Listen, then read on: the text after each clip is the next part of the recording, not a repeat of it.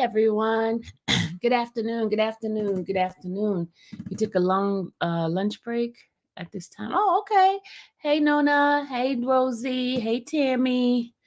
Hey, Tall Glass. Tall Glass. It's been a while, hon. How are you? Um. Okay, everyone. I don't want to prolong this because we got a lot of footage, right? And listen, this is from yesterday's uh live coverage, but this is from my own camera, my own perspective of my camera. This is not the pool camera. This is my personal camera that I have in the courtroom that I keep on Thug and the defense side. So let me put on my little, what's the name here? Hold on a second. I don't see it. Hold on. My green screen. Where's my green screen? Hold on. Yeah, something's acting up here. I don't know what's going on with this. My overlay. Hold on a second. This thing be acting up. I don't know what's going on with StreamYard. StreamYard is acting weird right now. Hold on, guys. Trying to put my overlay on here and it's giving me problems. Hold on, trying to get my overlay on here. It's not working.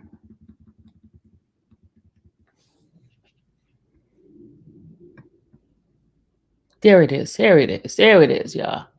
There it is. Okay, here we go. You have to play with this thing a little bit. Hey, everybody. Hello, hello, hello. Welcome. I'm doing good. Hey, True. Hey, Samson, the judge. Something else. He got to go. Oh, Elijah. Elijah. Okay. All right, y'all. I'm going to plead the fifth on whatever you guys are saying because I'm a mind my business. I'm going to mind my business. All right, let's go ahead and share the screen. All right, here we go.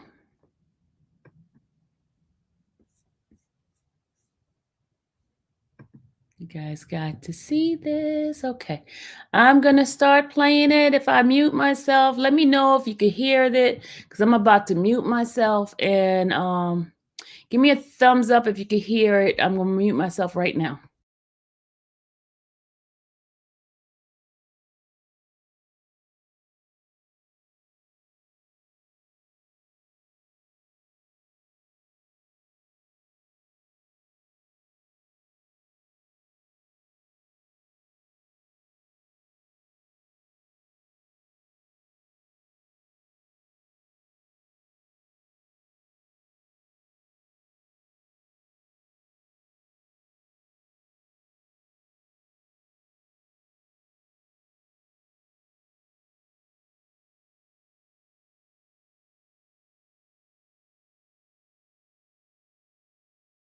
Are you guys saying you can't hear it? Okay, so that means I have to keep my sound on. Okay, thank you. And do you think my watermark is too thick or should I make it lighter? No, I'm gonna keep it thick because folks be stealing my stuff. Okay, that means I'm gonna have to keep my stuff on. Okay, got it.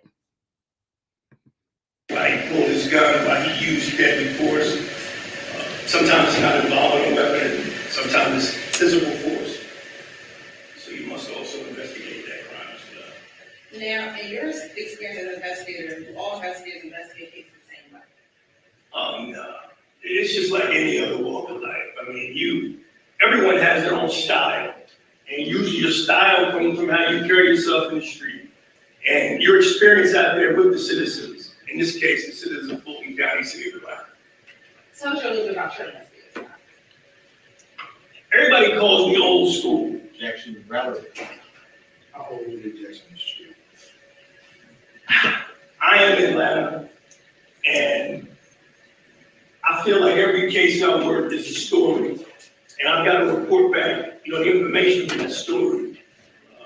I always say, when I work my investigations, I want to have on a belt and suspenders. I want to make sure I got everything. And sometimes, commanders and supervisors don't like that. I mean, I take my time slow and methodical without I work my cases. I don't move very fast. This is cases. Bolster. I don't know the Thank you. That's pretty much it. I just try to keep, you don't get all the answers when you work in investigations like they do on TV. But what you do is you try to get as much as you can, and you miss things. I miss things on every investigation. And so you have to take the time to make sure you have it right. When you're conducting an investigation, generally, what type of evidence are you looking for? Say for homicide. What type of evidence do you want, are you trying to get as part of the investigation? First and foremost, I want eyewitnesses. I want humans to give information that could lead to some kind of inroads in closing this case. As I got older in the department, technology became a useful tool. We've always had fingerprints, human fingerprints. DNA became a really big deal around 2002. I would watch everything change, but I always, with any kind of testimony that I receive from witness, I want to get something to back it up. Something tangible that will vouch for this person as an eyewitness seeing something. And I really like eyewitness evidence. A lot of people don't, but I do. Because the community, that is the witness. Now, in your time as a homicide detective, have you had any cases of interview suspects? Absolutely. And tell the jury a little bit about your interview style. I try to keep my interviews. Objection, relevance. Overruled, Mr. Sharp. Thank you. I try to have conversations. I mean, from these conversations, I try to have them make sense. You know, I don't want it to be overbearing. Sometimes those conversations, those interviews can get heated, but you want to build some kind of rapport with the person, whether it be a witness or a suspect, and make sure you're getting good information. Your Honor. Do you have an objection, Mr. Steele? Yes, sir. What's the basis? You approach. This is it, y'all. This is the beginning of the craziness.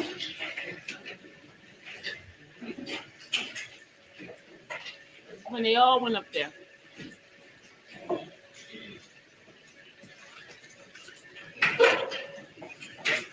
Harvey doesn't go up there too much because Harvey has a messed up leg.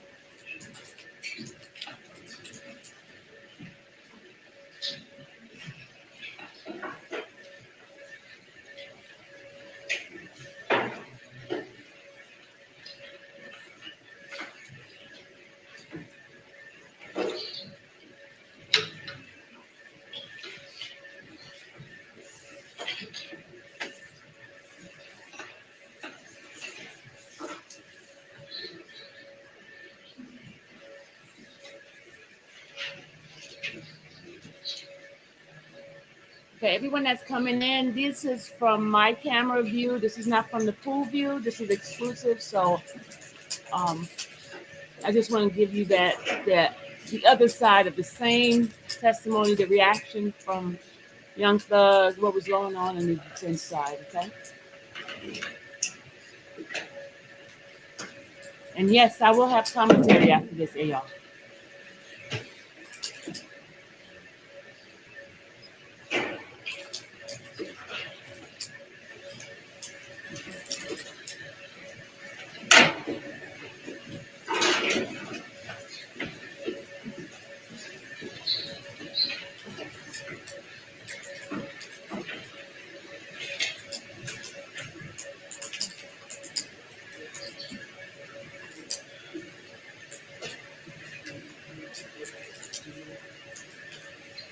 You're welcome, Samson.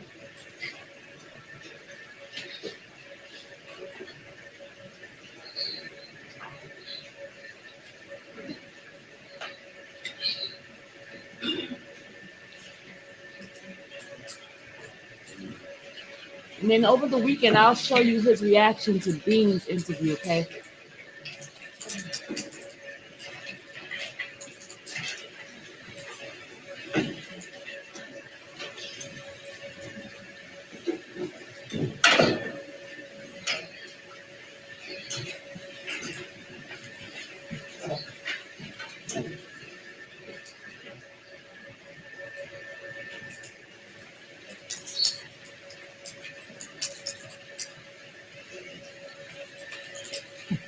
Y'all see Jeffrey's face over there looking at me? You're like, okay, Miss Sylvia, come on.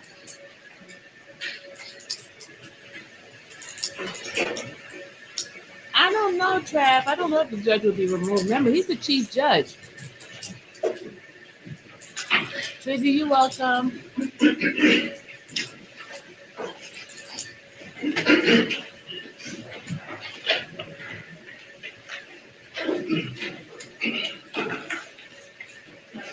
Yes.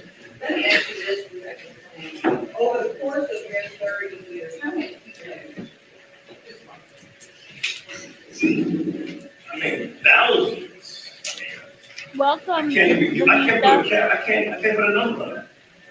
And you talked a few moments ago about building. Oh, thank you. Why is it important to build? I'm glad you're here too. You know when you're interviewed. Okay, yeah, I don't want to talk. I'm sorry. I'm not going to talk anymore. Give you truthful testimony that you can verify later. Mr. Steele, you gotta pose an objection, and you gotta come to basis. Because selling your honor doesn't let Ms. Weaver know who you are. So please go ahead and objection and tell me your basis. Have a motion. All right, ladies and gentlemen, can I get you a second, your right person, just a second? Objective, can I get you a second? All rise for the jury.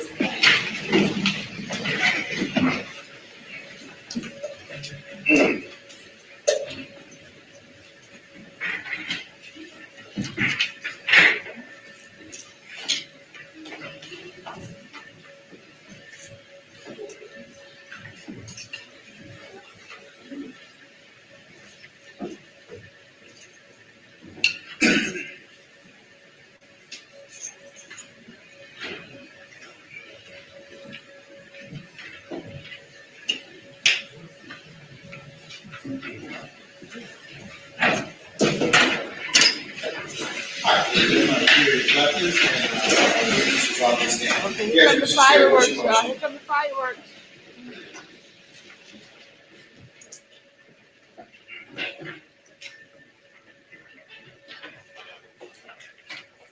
Watch everybody's face, y'all. Exactly where I am. Wait for this Weaver, the court needs it, for the exact quote. But Quinn just said, on question of district attorney, why is it important to develop a rapport with a witness?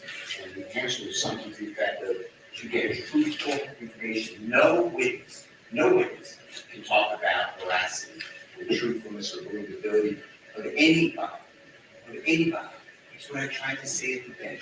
That's the entirety of this testimony so far. I'm looking for a mistrial of this Williams, because this gentleman interviewed a big witness in this event. The only witness that puts Mr. Williams involved in this event. And now it's important to get truthful information. I don't know how you wipe that out. You're going to tell the jurors you ignore that last time? That's what you're going to say? And I warned you, and I was at the bench, and you did not want to hear from me more than you did. You told me to step back. Your Honor, I've been doing this too. I anticipated it wasn't that hard to do. I'm moving for this trial, and I did it. All right, Ms. Owen? Have a seat, Mr. Sheriff, let her finish, okay? I would like to just join the. All right, a member of the Harvey rules of effect, so have a seat. Okay, thank you. Your Honor, as it relates to the technical response, he did not talk about specific witness, his statements or harassment. He said in general, what I'm trying to define the truth. And that is what you do in an interview, determining whether or not what the person is speaking to is credible and providing information. Right, even in this case. Look at Steele's face, y'all. Look at Steele's This face. is an interview that has already been admitted. This Detective Quinn already told Agent Bean, I don't think he's fully honest. So he's not talking about the veracity of anyone, but he didn't even talk about anyone.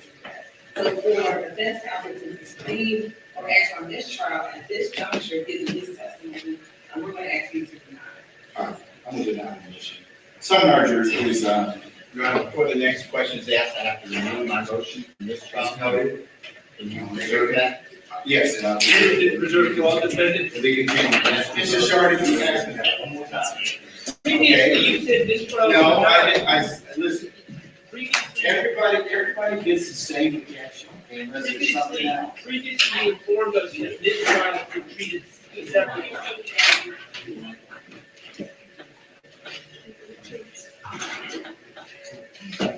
Your Honor, previously you informed all defense counsel that motions from this trial were not subject to the Harvey rule. That's why I'm doing this. If you tell me that that motions from this trial are now subject to the Harvey rule, and that's on the record, I don't recall my saying Okay, well- they were not, so. respectfully, I recall that, but I will just rely on the Harvey rule from now on, if that's clear. I'll assume for everybody, unless you opt out.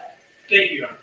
And just because there was any confusion about the prior testimony or the prior arguments that were made for motion to this trial, my understanding of the court's ruling today is that it applies to all defendants. Yes. Thank you. All right, somebody here is concerned.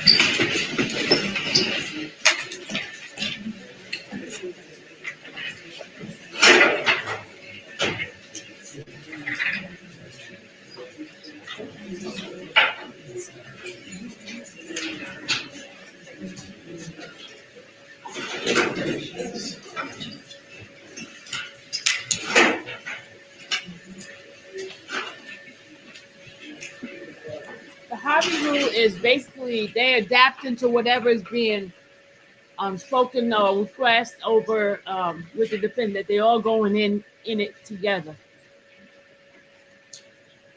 That whatever this person is arguing, the others wants to be part of that argument.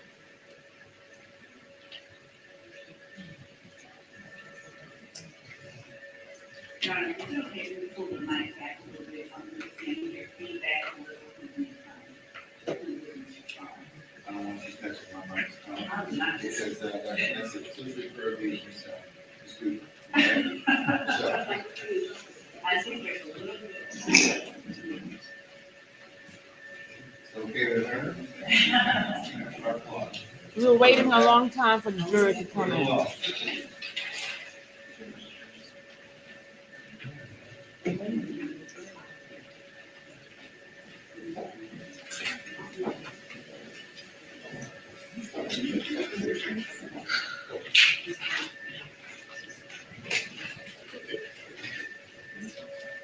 No, there's no court today, Amy. No court today. I'm just showing you guys footage from yesterday from my camera.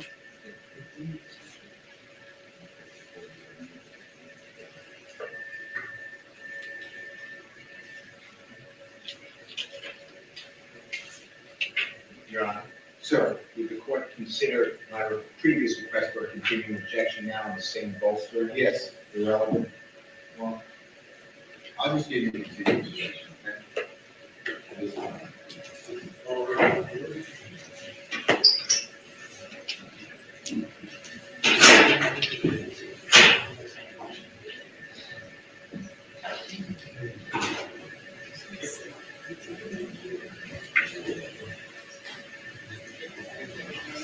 You're welcome, Amy.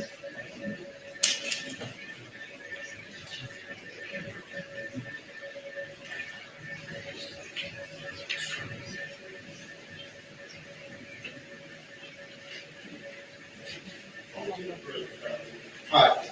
Thank you. Thank you, see. See. All right, we got to see the examination. Secretary Quinn, in your interviews with Still, y'all, keep an eye on Still. or residents of the community, do you personally claim that this Sunday be? I would think, yeah, a mother in particular. And has they all, that is your style of talk? Yeah, I mean, that's just how I talk, and, I think it's more like the vernacular of the area that I've worked in all those years.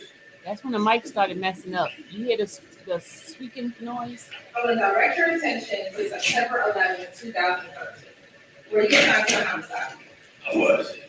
And did you have the occasion of around 2745 Old Cape Mill Road in Manchester, Georgia? I did. And did you arrive at the office? I did. Do you recall now who you arrived with? Well, I was riding alone, but other homicide detectives went to the scene. You had Detective Vince Velasquez, who's my longtime partner. You had Detective Summer Fenton, my super.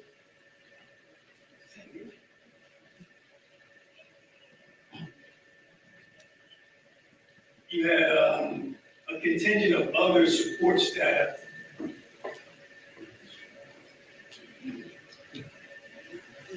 It's really hurting in my ear big time. Hopefully it should finish.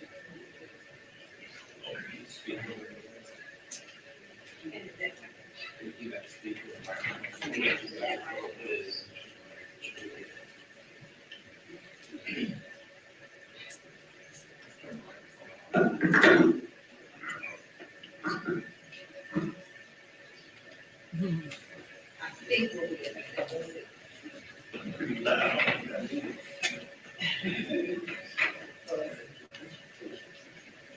Really, Michael? About what time did you arrive at the elevation? I got there about 12:30 in the afternoon. And what was the temperature and weather like that? It was hot.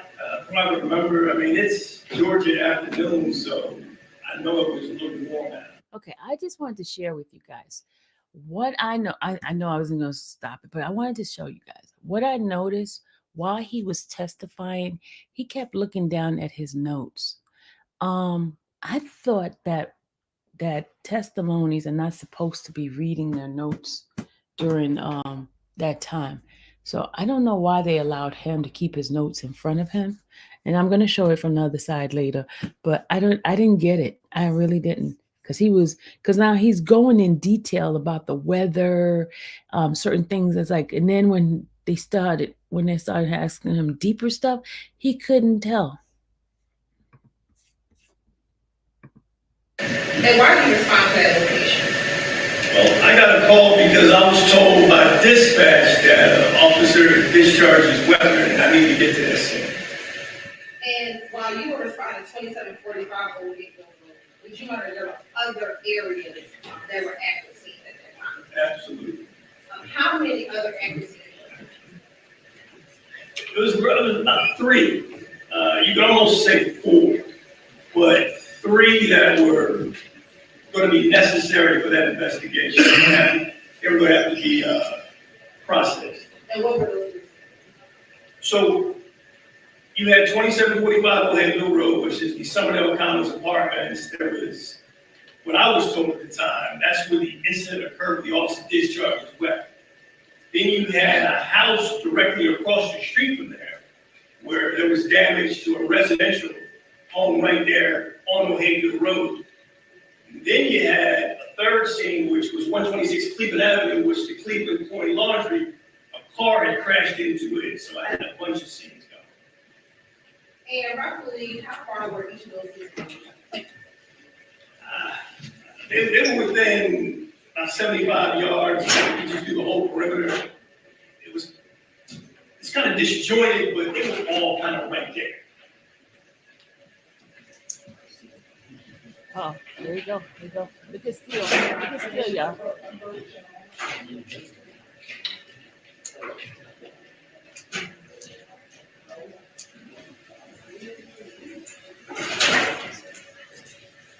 This is when they're checking out the picture that with the area where the actual incident happened. We're looking at the video.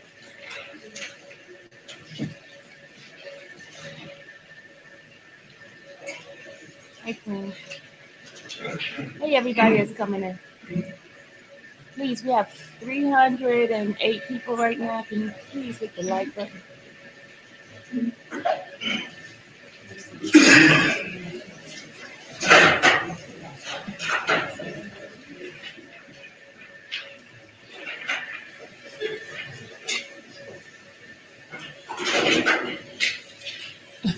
You're right, nosy body.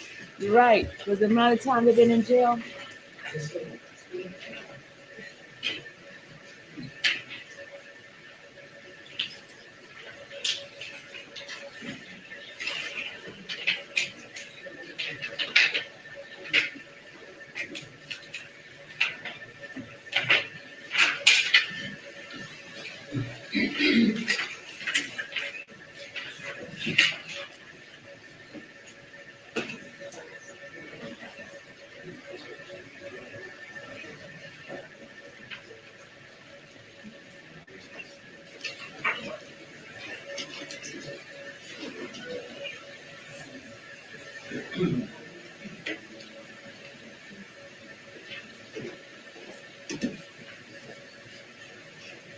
If you guys notice, he keeps Jeffrey keeps looking over on the other side. That's where his family and friends and supporters are in the courtroom.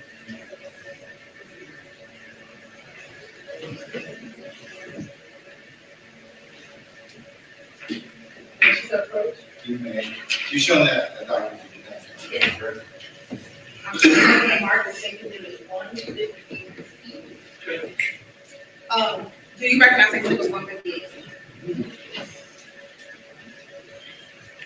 This looks like they're as just described. And that their depiction of an overview of that area to kind of describe where you respond to. I would say so. You're right, this kind of thing like the Tennessee is 158C. is that? Any objection to stage 158, Charlie? Anyone? No, Your Honor. All right. Stage 158, Charlie is admitted in the post. And permission. Y'all see the lady that's sitting there with the white hair? She's on Mr. Steele's team. And She is an observer. She's a professional observer. She observed the whole trial and everything. She observed everything. She gives tips. She observed the jury. She observes everything. She's an observer. She's a professional. Okay. I think I do figure actually. She's well experienced and things like that.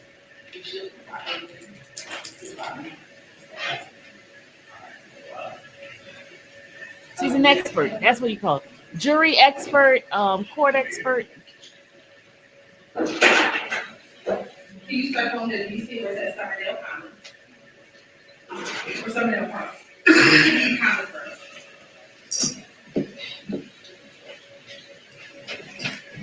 And then Summerdale Commons. Okay. All right. We got to go to the next clip. Hold on, y'all. Got a next clip on here. My camera takes clips one at a time, so I have to, it takes a 20 minutes increment. So we're going to go to the next clip, okay?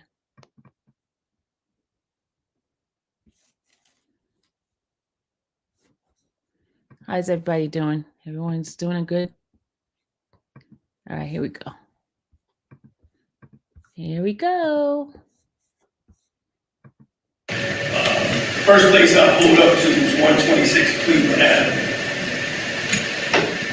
And 126 Cleveland, what location is That was the point on. there?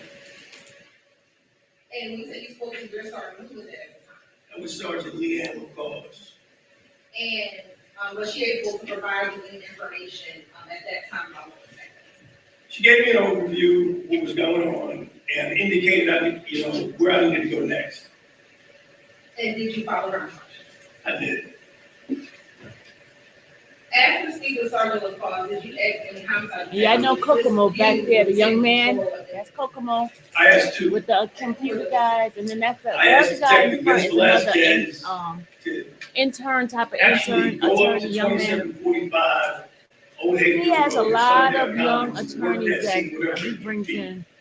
I then asked Detective Summer Bentley if he could help them to 126 Cleveland Avenue. I mean, we have a car that had crashed into the building. I wanted to handle anything related to that evidence. Shout out to my mods. Shout out to my mods because you guys are doing an awesome job. Thank you guys. But when I went to 2745, there was shell casings all over the ground. I don't remember how many it was at the time. Thank you, Love Ava. Clearly evidence of the OJ. shooting. There was a disabled front gate, and this really nice mechanical gate had been destroyed. It looked like fresh damage. And I wanted Detective Velasquez to take his time and go through that and report back whatever the spine was. And was he able to do that? He was. Now, while you were on scene, were you made aware of any individuals that were detained? I was. How many people were detained? And who are those individuals? See, I was Steele's told it taking was notes. Frederick Prothro, Walter Murphy, and an Adrian Dean. Out of those individuals, were you aware of any of them had this? Oh, yeah.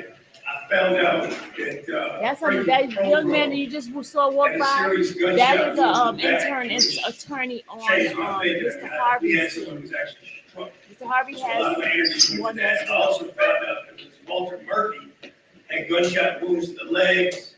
They had both been transported to Grady Hospital for treatment.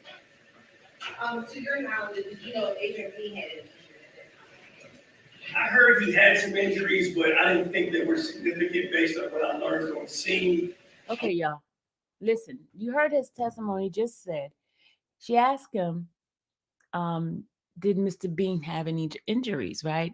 He says, I've heard, but I didn't think it was that, I guess that's serious because based on what he heard during the in the like in the area when he was doing all the forensic stuff and picking up evidence and stuff like that. So he didn't hear too much.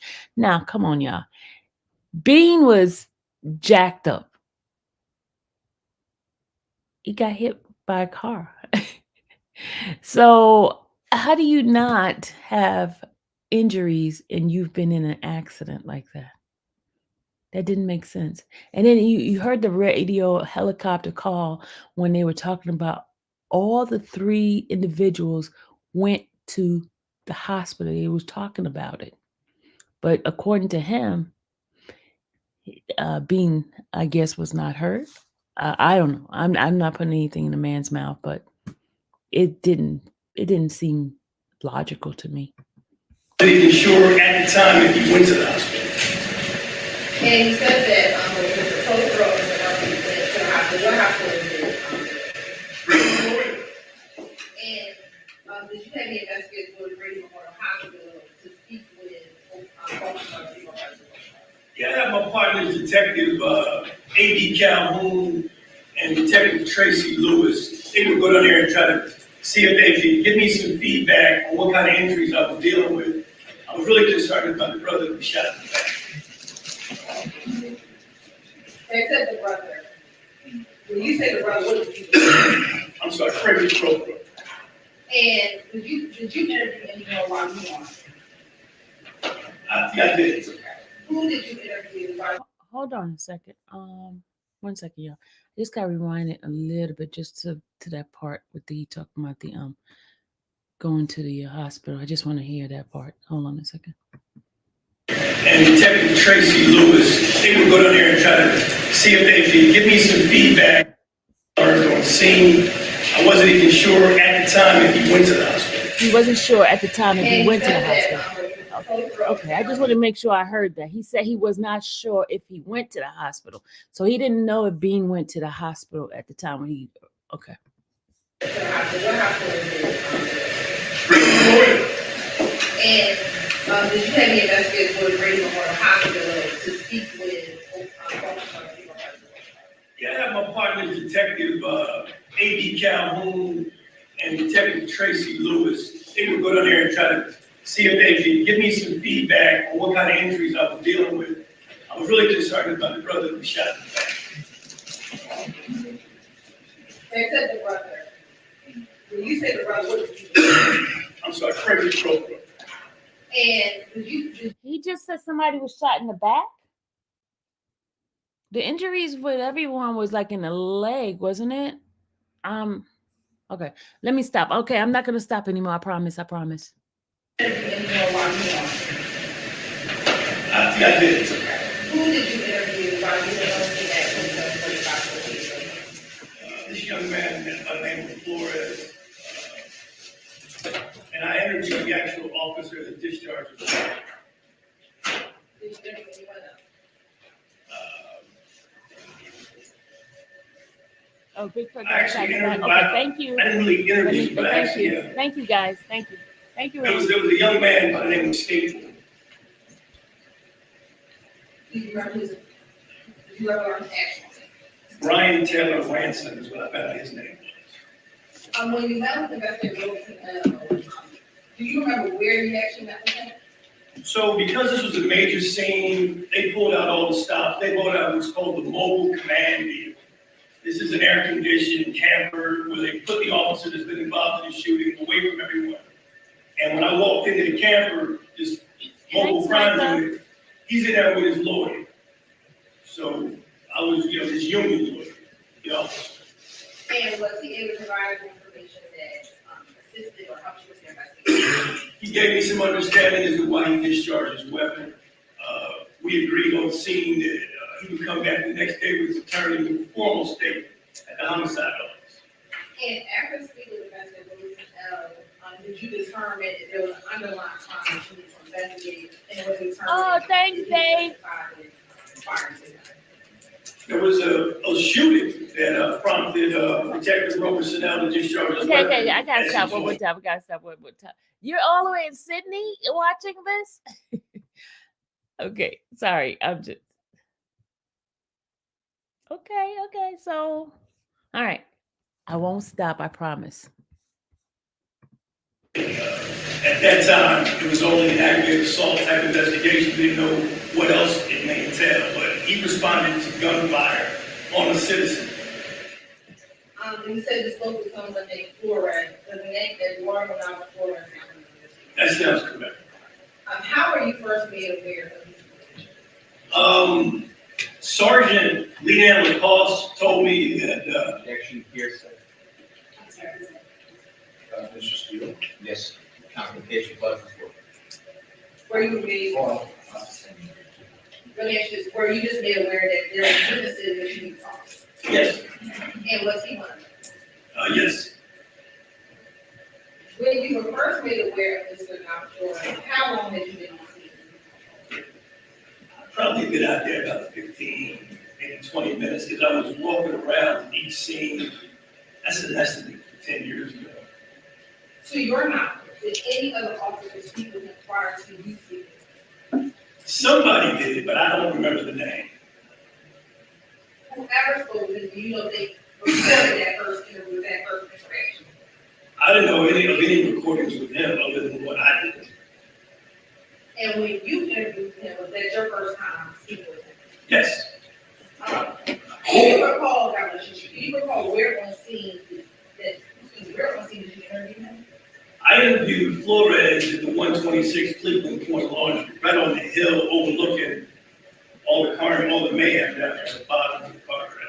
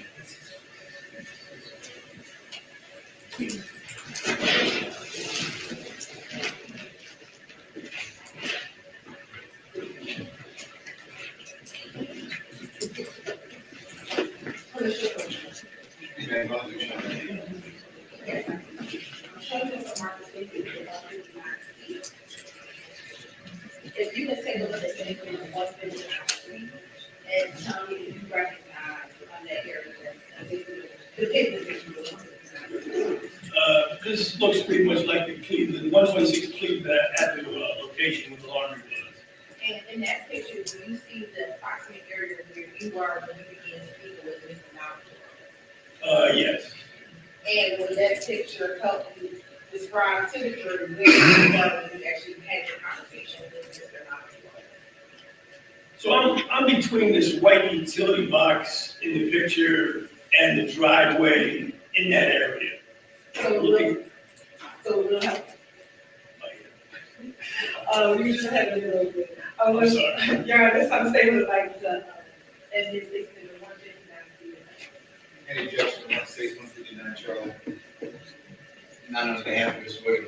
All right, hearing no objection, for the 159, Charlie, publish as you see fit. Thank you.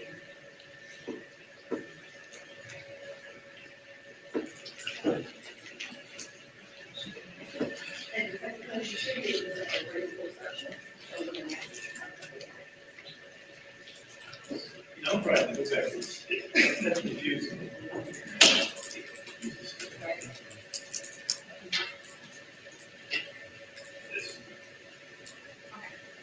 Now, you go ahead and just tell Joe what you was trying to say about where you were. when you Hey, Lady had Coach, hey, Drea. Even this area right around here where this cracked sidewalk is and it's utility box. And when you met with him, did he approach you or did you approach him? He approached me, he came up to that scene, I mean, everything was cordoned off. Some kind of way he got into the scene. Someone had to have escorted him, because you couldn't just walk in, everything was wrapped up. You couldn't be nothing on Cleveland and 75 days. Was there any, did you record your interview with him? I did. And how did you record it? My digital recorder.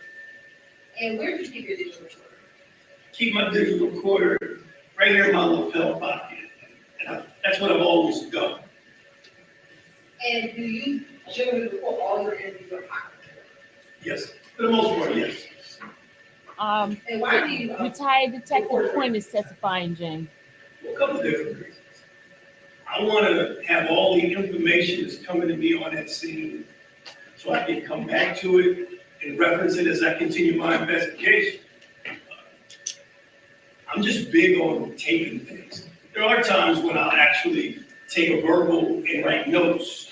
Everything's not recorded, but in this case, it's in the What was it the deal like? When you interviewed him? He was concerned about his vehicle that he had received from someone else. In the course of your time as an investigator, have you ever had a case with someone who was under the influence of drugs or alcohol? I'm sorry, can you speak into the microphone a little bit more, please? Thank you. As an investigator, have you ever had the occasion to interview anyone who was under the influence of drugs or alcohol? I mean, throughout my career, almost every day. Did Mr. Navaflores appear to be under the influence of drugs or alcohol when you met? Not at all. Yes, tall glass, he was. Did his eyes appear to be glossy or that he was high? I didn't see it. Was he able to speak with you coherently? I think it's a bell. When you first met with Navaflores, were you aware if he had given a different version of his involvement in the case to another officer? I did hear that. And based on your interview with him, did he advise you what he told that initial officer? Yes. Did he then advise you that the version he was telling you was now in fact what The he remaining actually? questions, Your Honor, I was opposed to objection. During this time, I'm impeaching Mr. Navaflores. So, these questions, which one? Was he able to tell you about what happened on September 11th, 2013? He was. Was he able to tell you why he was over at Cleveland Avenue? Yes, ma'am, he was. Was he able to tell you who he came with at Cleveland Avenue? Yes, ma'am, he did. Was he able to tell you why he was in the Cleveland Avenue area? He did. Was he able to tell you whose car he was in? He also told me that. What about what car, who he gave the car to? Yes. Was he able to tell you if other people entered the car that he had given someone else? He did. And was this entire interview captured on the audio recording? Absolutely. And have you had the opportunity to listen to this audio recording in preparation for your testimony here today? Yes, ma'am. Permission to take over. Your Honor, Favor speech, Your Honor. I'm going to show you what's the mark that says exhibit 160C. Tell me if you recognize this exhibit 160C. This is the Eduardo Navaflores interview. Even got my initials on there. And what, and have you had opportunity to listen to that interview again in preparation for today? I have. And did that appear to be the full interview that you had with Mr. Navaflores back on September 11, 2013? That's it. Your Honor, this time I say right, contender states exhibit 160C into evidence. Any objection states, 160. on behalf of Mr. Wood, Hearing no objection, 160C is submitted. And the officer received this. Yes, Nola, it is a RICO trial. 160C. But it, she says, isn't a RICO trial. But according to this, it is a RICO trial.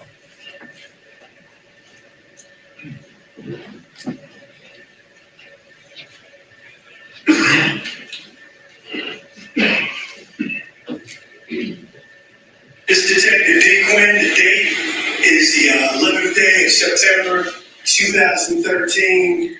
I'm currently at the intersection of Macon Drive. Okay, y'all.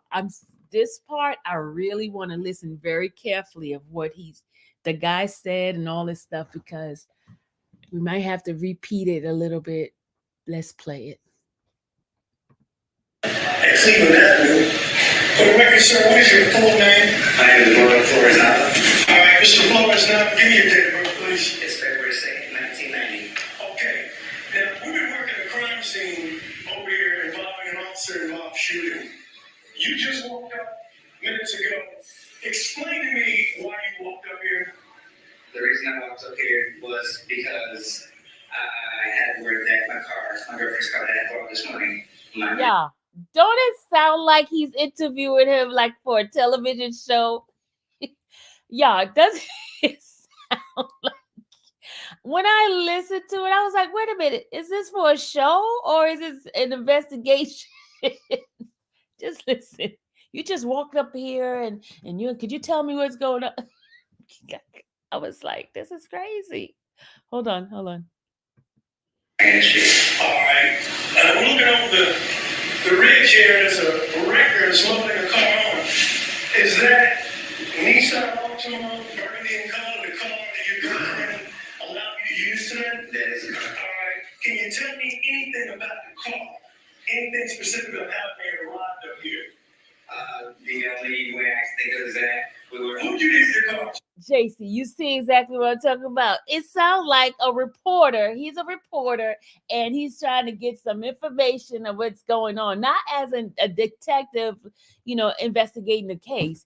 He seems just like a reporter, like he's going live and he has this person, he's interviewing this person for what happened, trying to get,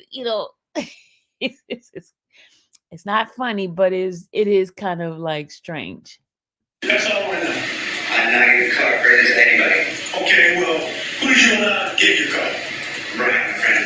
He's the one that pointed me in this direction. He's the one that had pretty much me here thinking that I was just going to grab. Okay, listen to what I'm saying. Ryan has told us that some guy asked to borrow your car. You let him borrow your car. If we keep going around in circles, we're having a long night. Let's have a short night. I'd like to go home and get a cold. Hold on. Did you guys hear? Doesn't it seem like something is missing from, like, he might have said something before, and he's like, hold up. I'm gonna remind you. I'm sorry. I just have to put in my little listening ear in here for a second, because something seems a little bit off. Hold on.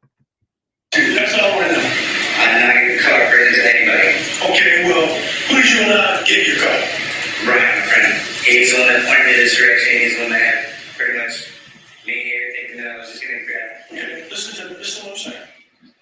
Ryan has told us that some guy asked to borrow your car. You let him borrow your car. If we keep going around in circles, we're having a long night. Let's have a short night. I'd like to go home and get a cold Peroni later on after this is all over. So tell me and describe the person. If it's true, you let the car to you. That's all I want, so we can let you go. I don't want to interrogate you, do the hotline, all that shit. Let's get it done now, brother. I got pointed in this direction. I was lost. I actually do not know any of these street names Gotcha. whatsoever. How about that? Right. And he was pointing in directions. I trusted him with the car. He said, "Can I borrow your car?" Yeah. I let him borrow the car. You let Brian borrow. Where are you when you let Brian borrow your car? I just exited the door and the direction that the officer came. Now, Sergeant Swartz just took you down to 2233 Macon Drive. Is that where you were when your car disappeared? That's where I was not discussing. Who did you give the keys to? Brian. Gave them to Brian. Do you know who Brian gave the keys to? Brian handed them over. 4 people got in the car like this. Who's the guy you saw Brian give them to? I don't remember, sir. Can you describe him? Yeah. If it was any of the guys I just described, it was the guy with the white t-shirt and the short hair. Was it short hair? It was short hair. Short hair? Okay, didn't he just say it's the guy I just described to you? So that means there was something else said before this, y'all. He said the guy I just described to you. But I didn't hear him describing the guy. It's a missing piece, y'all. It's a missing piece. We're detectives over here. There's a missing piece. Let's go back a little bit. Okay, I don't mean to. Okay, I'm gonna stop being a detective in a second. Okay, hold on. Brian, hand them over. 4 people got in the car like this. Who's the guy you saw Brian giving to? I don't remember, sir. Can you describe him? Yeah. If it was any of the guys I just described, it was the guy with the white t-shirt and short hair. The guy just Was it short hair? It was short hair. Shorter than mine or short as mine? It was probably as short hair. Yeah. Okay. There's a And missing So, tape what do somewhere. you do now after the car's been let down? I think Who asked to? Yeah, I'm live, Remy. and he But turned around to me and the said, video's not live. It's cool, let this guy walk the car. Did you know where he was going to go? No, but whenever 4 black people jumped in my car and looked middle of Oh, that was racist, y'all. But whenever 4 black people jump in, that was really racist. That was racist. Hold on, let's go back a little bit. That was racist. It's a racist comment. Where he said when 4 black people. Okay, I'm replaying it, Lanita. Hold on, here we go. I think Who asked to get the car? right. And he turned around to me and he said, it's cool. It's cool, let this guy walk the car. Did you know where he was going to go? No, but whenever 4 black people jumped in my car and looked middle of Atlanta, or I don't know where I'm at, I don't think So how many black people got in your car in this There's year? 4. You saw 4 get in your car? Yeah, there's 4. And they were all males? They were all males. Okay, 4 black males. And you described, And now at this point, whenever they're in my car, I'm not trying to say nothing, I'm not, because there's still some people at the house. I don't know where I'm at. Obviously, this guy knows his cat, and he's doing him a favor because he said that he needs to carry his phone down to the store, do something. do you know the guy he lent the car to? Have you ever been around him before? Never. Okay. All right. Anything else inconsistent, anything from the first day that you'd like to clear up now that we're here? Yeah, that the gas station was just somewhere where he was flipping me around, saying that we might find it. So you never went in a gas Never station? went in a gas You only went to 22, 33 minutes? After that, from the gas station, he pointed me to something drinking, pulled up, got their car, he started talking to him. I catch myself because I don't know these cats. Did you see any firearms at all during this exchange of the vehicle? I did not. If I see the firearms, I would told him from those 20 minutes that he sat there waiting for the car to get back, I would told him, look, fuck that. Why is there talking about this house now? It wasn't but 3 minutes, 4 or 5 minutes after that the cops were just barreling down that road. And the guys that were there didn't say nothing, but they had this looking at like, you know, and to me it was just like that feeling. So what prompted you to leave, to come up here to open the building? Something just happened. They got the whole road blocked off on us, and they started talking at them. They left, and I said, what? And then they started calling, and they said, hold on, we don't know about this. And they just said, like, yo, we have no idea if it's our people or what. Okay, you came up to investigate, you see the first car, it was just frantic. I was walking, and I couldn't find my way all the way through because every cop that I saw, the only way I could find it is all the complex. Okay, that's how I got here. I just want your money. Right. And so when I was here, the only reason I'm saying that because it said, we went to the gas station, and I was like, I don't want you to get your butt in trouble, or I don't know what kind of thing you have in here. I'm gonna tell them that we're at the gas station, so I happened. All right, but this is the absolute truth, the second interview, right? Okay, we're done, huh? It's that simple. All right, ending time is 2:32 p.m., 9/11/2013. So it's the second interview, he said. It was the He said his second interview. Oh my God. Y'all just heard that? This is the second interview. Yes, ma'am, it was. And after this interview with Mr. Florinada, did you have any additional? I did not. And was this your only recorded interview? Absolutely. At any point, have you ever erased any part of this interview regarding Mr. Florinada? Not at all. She asked him, at any point did you erase any part of this interview? He says, not at all. So, but the tape wasn't matching it wasn't matching. Something was not clearly matching to me. It wasn't matching. It wasn't matching. The conversation says that there was something else prior to that, because he said something about that the description he gave him before, but you didn't hear anything about the description on prior to him saying the description he said before. I don't know. I'm just I want to go inquiring. back and say to the 159C.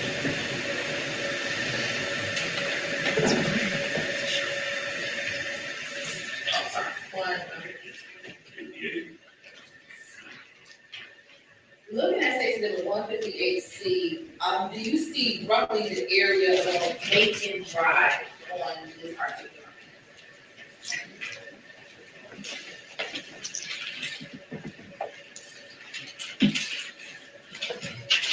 Right up in this area,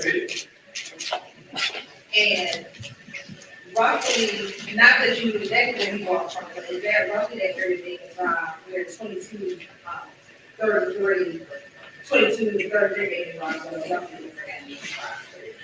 oh, yeah, give or take. I mean, it's probably a block or two down when you got the blue dots.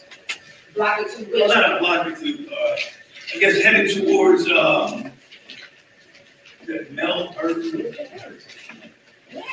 maybe the middle of the road, yeah.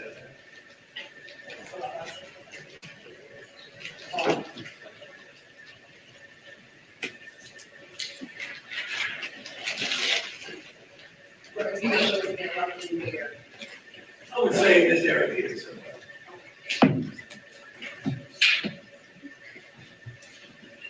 And on the same day, on September 11, 2013, did you also have the occasion to interview Brian Ransom? I did. And was he able to provide you information that assisted with the investigation? He was able to, yeah.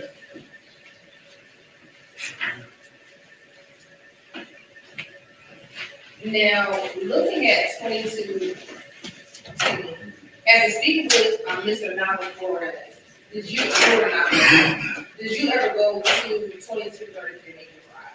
Yeah, I want to go there and see, get a feel for what he was talking about when he came. And while you were down there, did you see or speak with anyone? I did. Who did you speak with? Miss Courtney Bain, And to your knowledge, who was Courtney Bain? she told me, well, she was the wife of Adrian. And what, if anything, did you say to her about the investigation that you were trying to work? I was working on a police shooting, and I had some questions about her husband's involvement. Now, on September 11, 2013, did you canvass the area? I did. And what does it mean to canvass the area? I had a lot of things going on, so I've got Velasquez doing the crime scene, 2745 acre. I've got Summer Bennett, she's down there grinding at the scene in the laundromat. I got people at the hospital. What I wanted to do next was to get knock on the doors of people that actually live at the complex where the police shoot originated. And so it was during the afternoon hours, you strike out during those times, take a lot of time. I still wanted to knock on those doors to make sure someone didn't hear or see something I could use in this investigation. And after canvassing the area, did you get any information that assisted with your investigation? It was sparse. I mean, I knocked on like 18 doors that were in close proximity to where Velasquez had been working his scene. Trav, I said Adam is not going to do the interview. It's going to be Steele. And the reason why I said that is because yesterday Adam did not stay the whole day. He left. So that's why I say Steele. Steele was writing notes down of everything that was being said by Quinn. So Adam is not going to do the cross-examination. It's going to be Steele. Insider's information.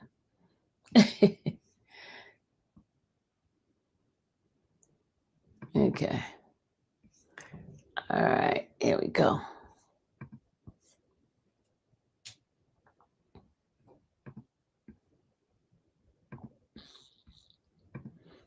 All right, here we go.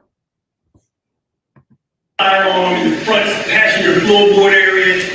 I saw 2 more automatic firearms in the back seat right behind the driver and the floorboard. There was bloody cash on the ground. No, he Significant didn't come damage in back. front of the Let me vehicle. He didn't come back. He was gone for the day. And so at that point, I was going to rely on my detective, Ben, in this case, just to kind of give Because a he told me, I'll see you Friday. I said, okay. deep dive into that scene, and she would get back to me. Outside of seeing the gun in the passenger seat, the 2 guns in the back seat, did you notice any other bullets together in the car? Well, I saw what I believe to be a hole in the headrest of the front seat, passenger. Now, I don't know if it was old or new, but there was a corresponding busted out vent window on the rear passenger. So my experience is telling me that a bullet probably came through here when you got headrest. And then, I'm sorry. and at that time, did you do anything to determine whether or not there was a path at that time? Not at that time. I just need this detective to work that scene for me. I was going to, in my mind, go back in a controlled environment and probably rod out the hole. When I say rod out the hole, I was going to take something that looks just like this, stick it through the hole and see if it corresponds with that busted vent window in the back rear passenger side, and then take a picture of it. I was going to do that later. Let me ask you this. When you canvassed the area, you talked about people who knows a person. Did you take those people's names down? We'll take that to the records. Yeah, I put their names down. The ones that answered the door, they gave me their names just to show that I was there. Jotted down some notes of what they may have seen or heard. I'm sorry, heard, because I had no eyewitness. And let me ask you this. During your investigation, Remember what he's just said, y'all. Key point. He had no eyewitnesses. No eyewitnesses in this at all. did any patrol officers, detectives, sergeant, lieutenant, captain, anyone from Zone 3 or any other department ever advise you of any surveillance footage from the laundromat that had any evidence you got? No, During your investigation, the Detective Summer Benson, who you assigned to process 126 Cleveland Avenue, ever advised you that a patrol officer, detective, sergeant, lieutenant, captain, or any major from Zone 3 or any other department gave her any information about surveillance footage from the laundromat that had any evidence you got? no.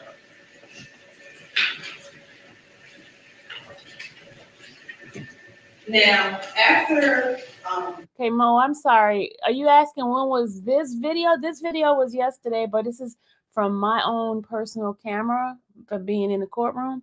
But what they're talking about is the case that happened in September 11, 2013. That's what they're he's testifying about. So I hope I answered both questions for you. going to the scene and interviewing individuals at the scene, did you ever interview anyone else not at the scene? Yes. Derek Dodson.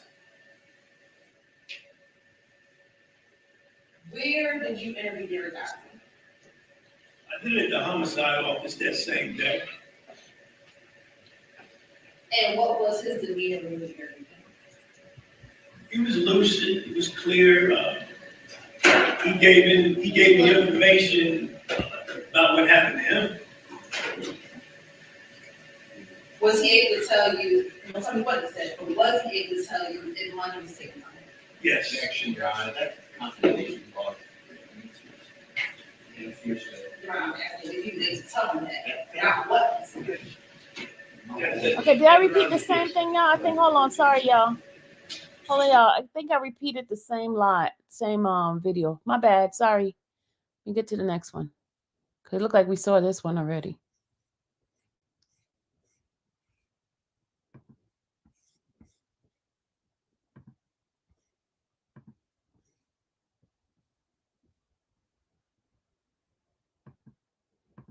My bad. My bad. Here we go.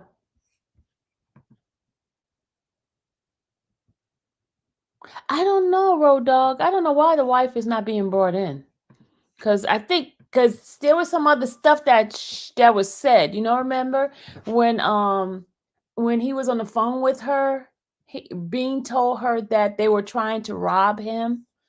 Remember that? So there's probably other stuff they don't want in. So it's probably keeping her from testifying. I would have brought her in. your investigation, are you now looking for a woman as a part of this underlying assault that you investigated? Now, during the course of your investigation, did you also have vacations interviewing her past? I did. And was he able to give you information that's in the investigation? He did.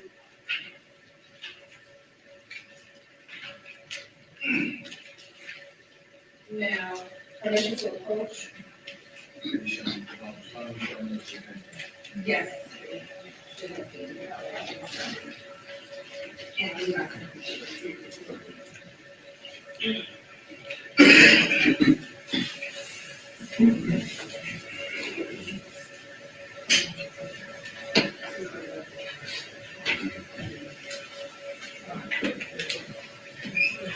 We have a half a day tomorrow at court, so we don't go in until 12:30. And hopefully next week we'll have a full week, and then the following week we're off for the whole week. From the 1st to the 5th, we're off the whole week. You recognize the 111. I do. And how do you recognize the 111? That's the area that I had I had a crime scene taken out and take pictures. That's my left hand, pointing to a little dot on the ground. And is that a fair accurate depiction of the image or area that you had crime scene taken a picture of back in September 2013? Yes, ma'am. Your Honor, this time I said that 110, 111, Any I mean, objection? and 112, sorry. You said, 111, 112, all right, any objection, states 110 and 111. No objection, Your Honor. and it's 111, 112, Your Honor. Station 112. Yes. Station 111 and 112 were admitted. Publishers received it. I'm going to actually first start with what has already been in this, if you want to kind of see.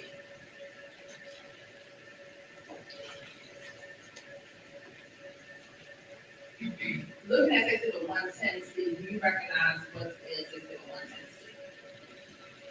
Yeah, that's Somerville County. And now looking at Exhibit 111C.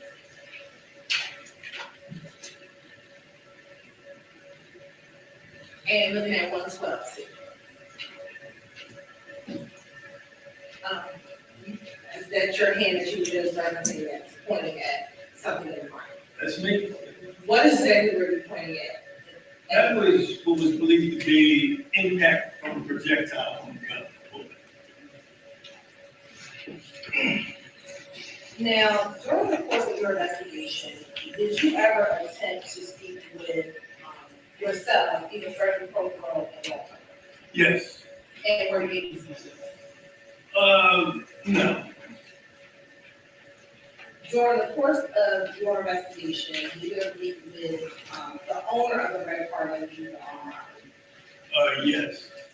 And if you can recall how when in your investigation you meet with her? I know it was a couple of weeks after, I'm gonna say the latter part of September 24th or 25th, maybe. And I said her, do you recall what her name was? Maricela Cisneros. And was she able to tell you information about her vehicle? Was she able to give you information about her vehicle specifically? Was she had that car? She was. Now, during the course of your investigation, I think you talked about earlier, going to do the ride of the vehicle. Yes, ma'am. Did you ever actually do that with the car? I did. And when did you do that? I don't remember the date. I know it was within the week. I had the car sent. It was called a homicide cage, a protected area we put vehicles in for further processing. My goal was to understand that hole in that passenger side front seat headrest. Did you, when you processed the vehicle, did you, or did the ride in the vehicle, did you find a shell casing within that? I did not.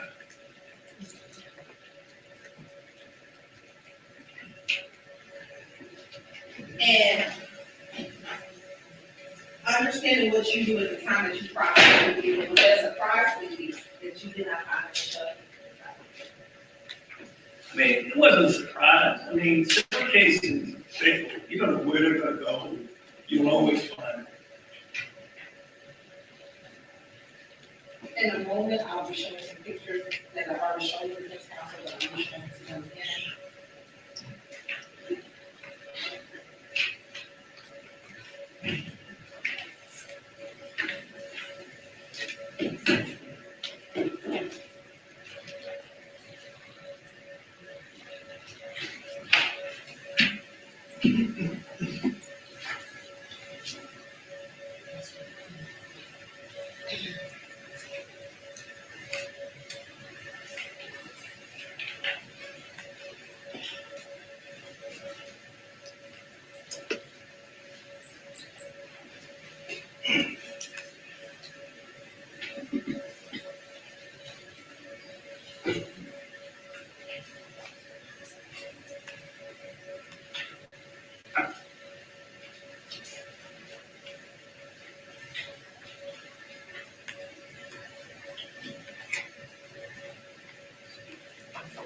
Madeline.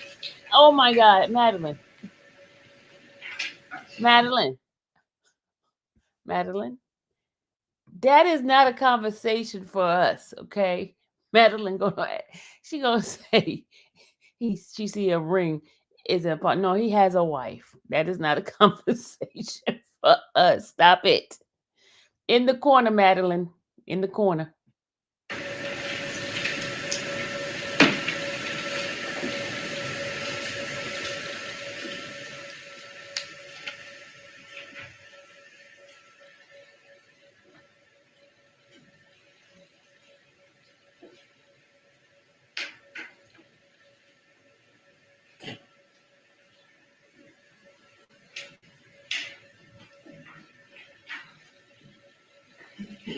Shay said normally lurking here. Okay, Shay. Hey, Shay. Shay Leah.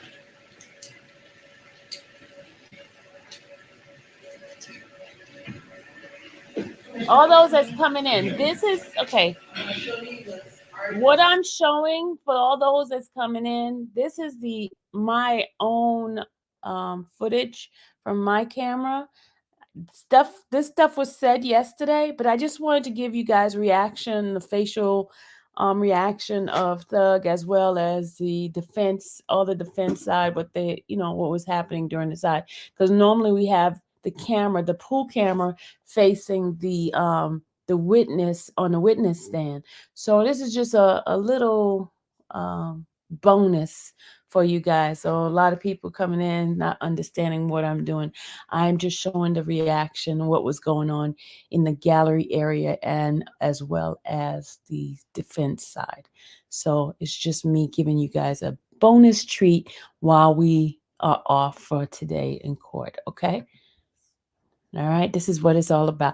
And we're going to have our discussion and things like that. So anybody that comes in here and be like, oh, why does she have it on him? That's because this is not the pool. If you look at my other live from yesterday, it shows you the pool camera. I have my own camera in the courtroom, so I could capture some stuff that's going on in the court. Okay? All right, hope that helps.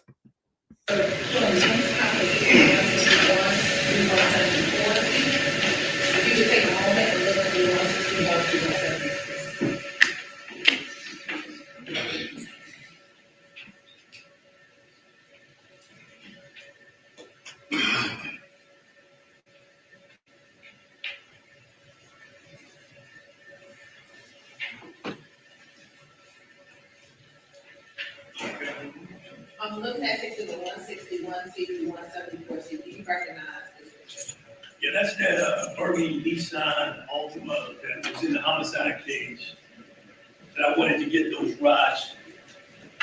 And are those pictures of the vehicle at the homicide case? Yes, ma'am. And do those pictures appear to be a fair, accurate depiction of the car at the homicide case when you went to process and you can ride out of that vehicle? Yes. You're right, this time, say by the Tennessee, we do 161C through 174C. Any objection to stage 161C through 174C? On behalf of Mr. Williams, Your Honor. Hearing no further objection, the court will begin 161 Charlie through 174 Charlie, and may be published as you see fit. Thank you.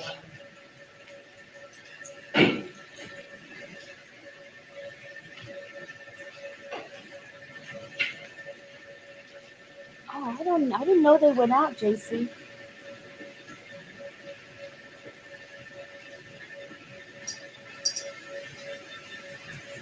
Looking at section 161C, if you could orient the jury as to what we're looking at in 6161. This is just a front view of the car that made impact with 126 Cleveland going on. And let me ask you this, how does the car get from the point of laundry to the homicide page? A record, a city contracted record service. And is that the record that you were referencing or talking about when you listened to the Nava Flores interview with X, and that the red car on the record right there? Yes, ma'am, it was. Now, going to 162C.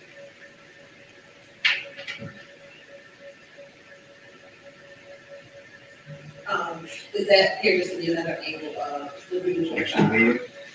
Let's change the question. What does it say to do with 162C? It's just the front end view of where that vehicle made impact with the laundromat. 163? That's the rear trunk compartment of the same vehicle, and a rear view. And looking at 163C, is the top of the trunk on the car? The actual use case. I don't see where it is, I'm not saying it. Looks like it's just off. Looking at section 164, what are the jury commands? This is that area of concern for me. Again, I'm investigating the actions of a police officer using deadly force. That's what my mind is. That vent window, the rear passenger view is what I'm concerned with, how it may correspond with that headrest in that front seat. I got a man shot in the back, I gotta explain that. And looking at section 165. That's a closer view of that same rear passenger vent window. You can also see the airbag deployed from the driver's side. 166. See? That's another view. We're getting closer to see that defect to the right side of that headrest. That's my area of concern. That's a through and through hole, and that was a paramount concern to me at the time. Now looking at 167. That's going to be the rear passenger compartment of that Burgundy Nissan owned by Mrs. Cisneros. You can see blood transfer. There's some items on the floor. Now, at the time, did you request for any testing or anything done with the blood or anything? Not blood. Why? I didn't think it was. I knew I had a shot person in the backseat, so I wasn't going to send off to the GBI and make sure it was blood. They don't. 168C. What are we looking at 168C? Well, this is a very rudimentary, not very scientific. It's just a brother taking the stick. That's all I did, and running through that hole because I'm trying to tell a story. I'm working this deadly force case, and I want to make sure that was going to be a path of a possible bullet fired by the Atlanta police. And at the time when you're doing this, did you have information of the officer shooting into or in the direction of the vehicle? Based off his statement, the way he broke it down, I had a pretty good idea exactly what happened. Looking at 6169, what are we looking at 6169? This is going to be an interior view of the same information, those rods. I've actually got them now going through, showing the trajectory, which corresponds with the wound that the 6'8" Mr. Frederick Prothro had to his back. Thank God the brother was 6'8", or it would have been his head. And outside of that bullet hole in the vehicle, did you notice any other bullet holes within the vehicle? I did not. Looking at 63-170C, It's another close review showing the trajectory.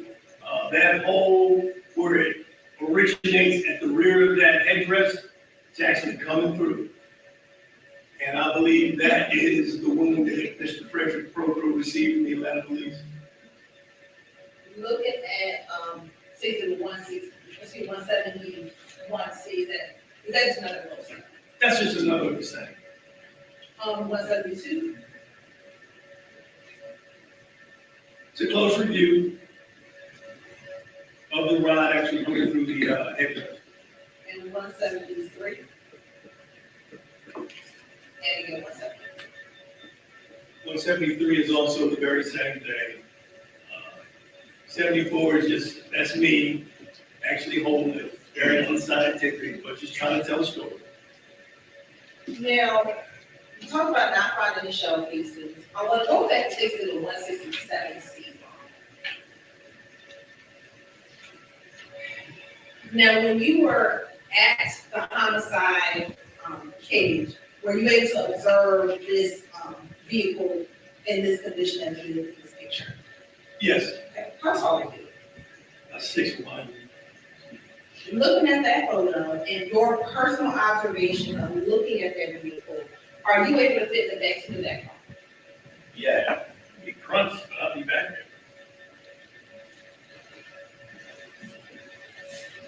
Now, when you got to the homicide cage, was this the condition that you found that vehicle?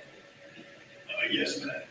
Was there, do you know, to your knowledge, were there items in the car prior to you seeing it at the homicide cage? On the 126 Cleveland Avenue address, there were 3 firearms that were of particular concern to me, which I had collected by the officer I delegated from the detective, Somerville, to collect.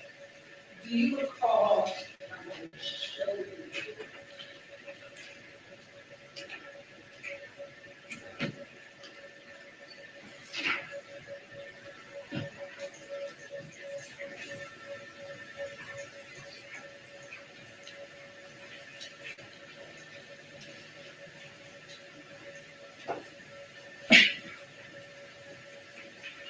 I'm going to show you what's been admitted as basic exhibit, excuse me, not basic exhibit, JW 158, 59, 160, 169. Just take a look at it.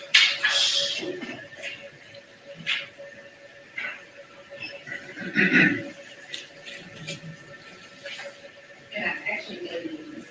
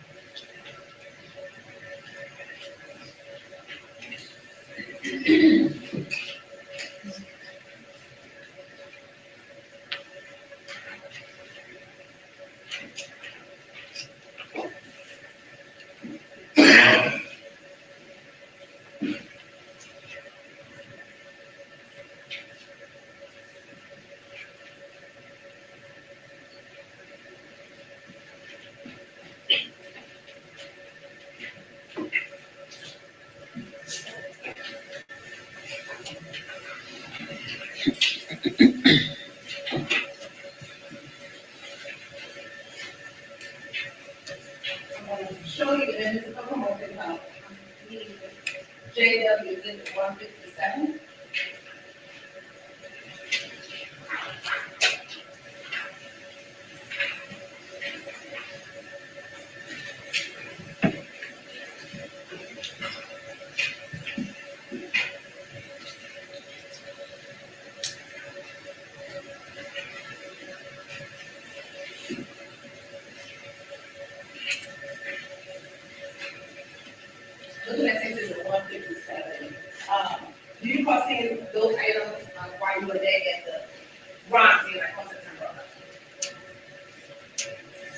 I don't remember seeing him, I mean, and I wasn't looking for him. Honestly, I mean, I delegated that out. I had a lot going on. Those guns were important to me at the time. And this is that you delegate out to some of it. Yeah, I mean, you can't do it all. You've got to depend on the people you work with to actually, execute what you need to do. I'm in the fog of investigation. I need help. So I'm gonna look at 157. Looking at section 157, can you describe for the jury how that toolbox is positioned? Is it like flat on the seat or is it kind of raised up a little? It looks like the front end of it is on the seat and then it's propped up against the back of the back seat. It's like the driver's side back seat. And is the blood underneath the toolbox? Yeah, I see some transfer from what appears to be looking at. And to your knowledge, do you have any idea how the items got, the seat of those items were actually in the toolbox prior to this picture being taken? I don't know anything about that. That's it, thank you so much. Items such as that, would you have had those processed or taken to the GBI monitoring process? I would. Why not? I didn't feel they had anything to do with the case I was investigating. It was paramount concern is the officers use of deadly force. I had a good idea of what happened in that scene. We don't just send arbitrary items to the GBI for testing. That's a call I made. They can blame me, but I didn't think they were relevant. Now, before we move on to the next scene, what you testified that Objection, repeating testimony, leading.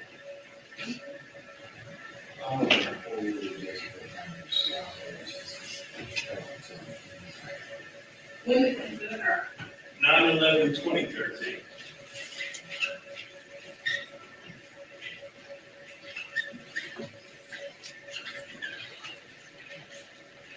during the course of your investigation, did you, get jail calls? I did. Tell us a little bit about what are jail calls? Jail calls are information stored on some server at the jail for anyone incarcerated that makes phone calls. And how does an individual incarcerated handle that? PIN number, what's it? I don't know how they make the call, but I know how we can listen to them as law enforcement.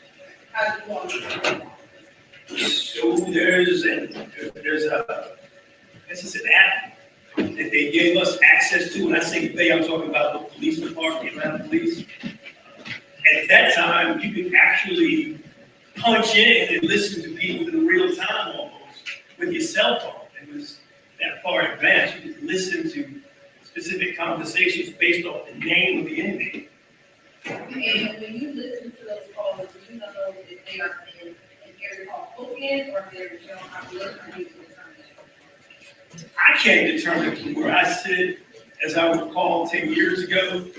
I just know that usually when people are talking to you, Your Honor, call for speculation.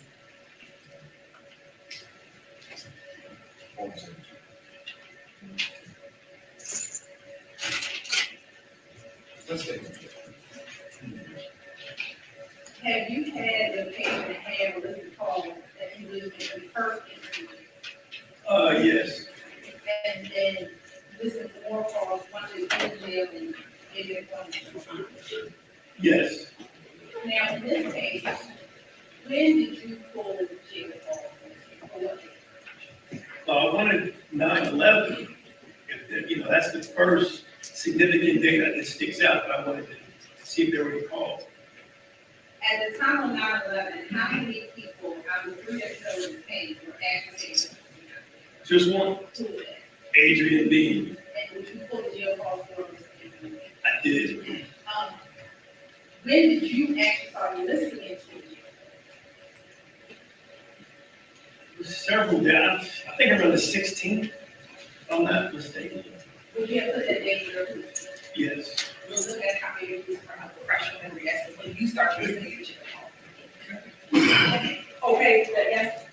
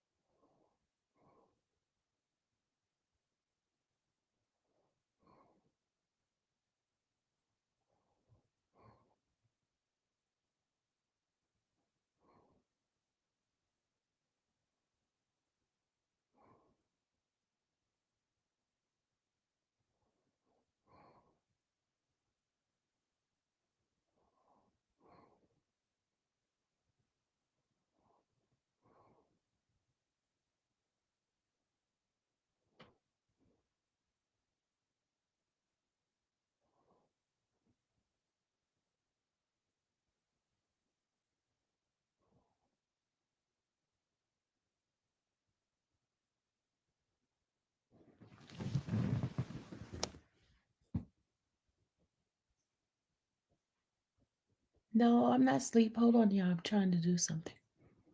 1 second.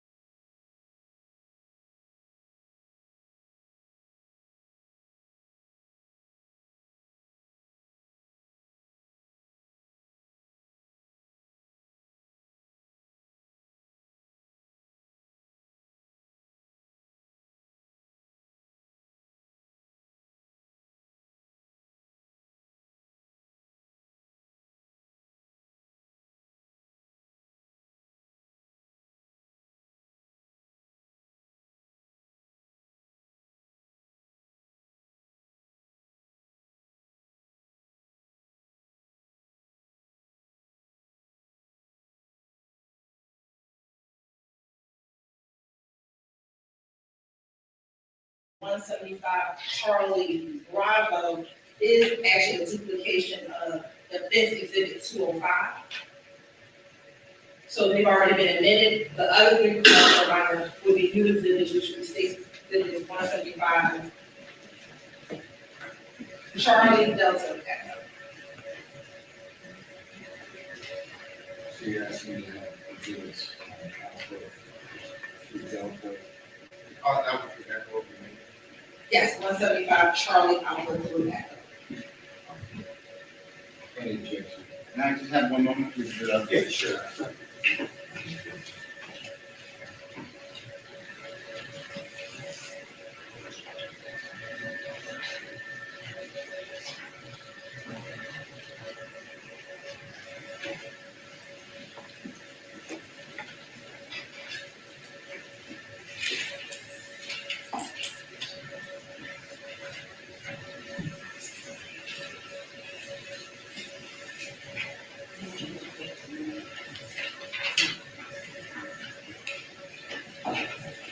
Y'all see it in a minute. Y'all will see it in a minute. Lisa, you'll see it in a minute. Well, you hear it because my camera stayed on that.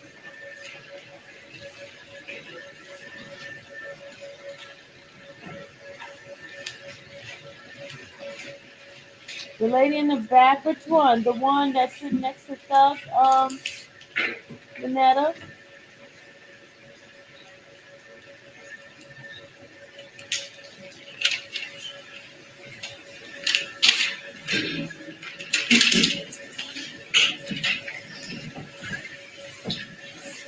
She's like an expert as far as jury. She's an expert jury. She's like an advisor. That's what I'm gonna say. She's like an advisor. She has some expertise skills of court watching and jury, just different things like that. She's an expert. She's like she monitors and tells them what, you know, something like that.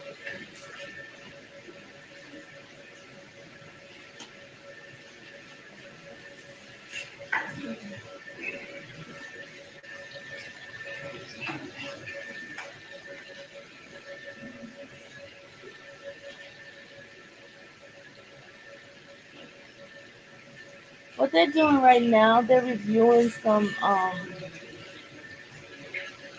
They're having a discussion, but they were reviewing some of the stuff that Attorney Hill, DA Hill, was going to submit in.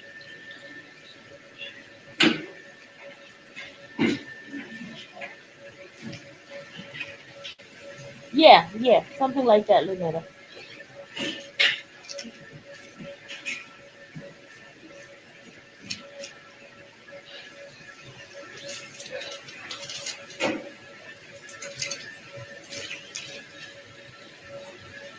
Hey, Bobby. I didn't quit, Bobby. I did not quit. I'm back to my first thing here with you guys. I'm back. Sorry.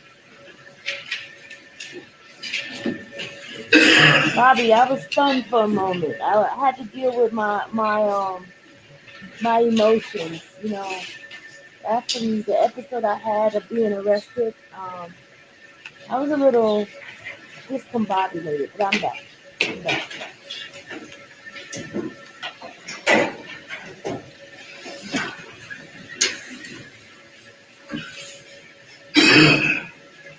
Your Honor, yes, sir.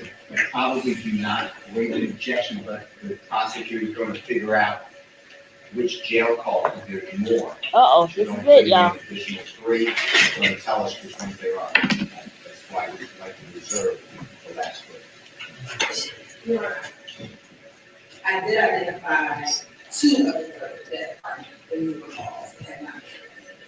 I identified one and I called it. No. She's on Doug's side. She works for The Steel. second call that is called. And she works for Steel. It was the third call that I supervised that I would ask the person to reverse because I couldn't call it. So they can, I identified that 2 of them. Do you have any objections to the baseball or chicken call? I have to review my notes, I was just told that. That's why I would like to reserve the 2 other calls. Do you have any video yet? Yes, look at Doug. Okay, well, what do I need more time? Uh-oh. Okay, because you said to let you know if an issue comes up. Okay, but do you have any specific objections to those 2 calls? Not the third one that we're gonna need to take a break on. As I told you, yes, I may have, I may not, but you told me to let you know. Yes, Tony, they canceled it today. This is from yesterday, my footage from my camera. I'm just following your direction. Okay, this is it, Tony. This is it, y'all. Mr. Steele, please don't try and engage in conversation. You're not prepared. Because if you're prepared, you would have told me, you invited this conversation. I did. I asked you if you were ready. If you were ready, you say yes, Judge, I'm ready. I'm gonna do those 2 calls. Now, if you're not ready, then go ahead and just tell me you're not ready, and we'll go ahead and I'll go ahead and we'll figure out something else to do. But if you have any other basis, then tell me.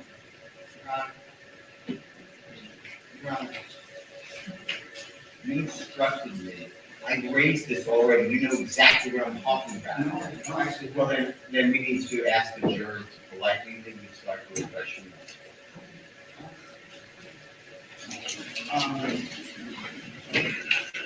Oh, here we go. how long is this here for? That you all need to review? They're all 15, 20 minutes maximum. Right, and I would say for the third call, Your Honor, really is this particular, is only 2 relevant areas from 00 to 1 minute, and then 3 minutes and 50 seconds to 6:40 are the only relevant for time for this particular. Are you gonna want all the calls in this place? I'm sorry? Are you gonna want all of the third call for you to be played? Maybe. Say, if you, how long is it your time? So all the calls, Mr. Steele is correct, all the calls are approximately 15 minutes. And the state I said it'll probably be 20 minutes, but you know. I just need your time, as much time as you want. I'm just going to refresh your memory. No, I'm talking the third, I'm talking about third call. Just need a couple of minutes. But I need the court instructed me, I don't know why we're doing this, but the court instructed me to help the court. That's what I'm doing. When it comes up, that's what you instructed me, so I'm following what you asked me to do for you. Now you're acting like I'm not prepared. I'm very prepared.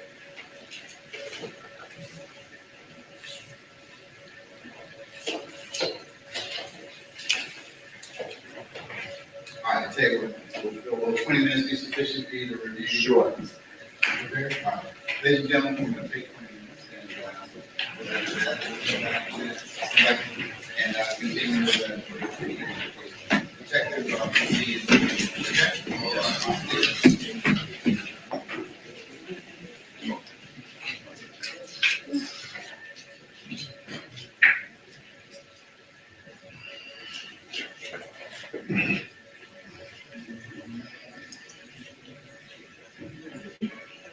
right, here come the fireworks.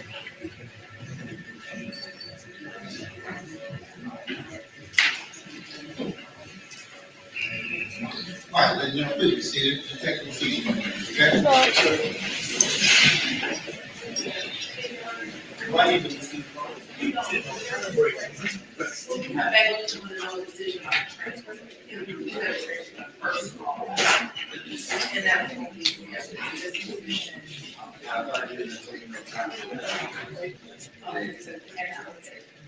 Okay, never mind. Okay. One recess, what happened? I have a motion. I have a motion in regards to what? Your comment. I have a motion. There was your motion.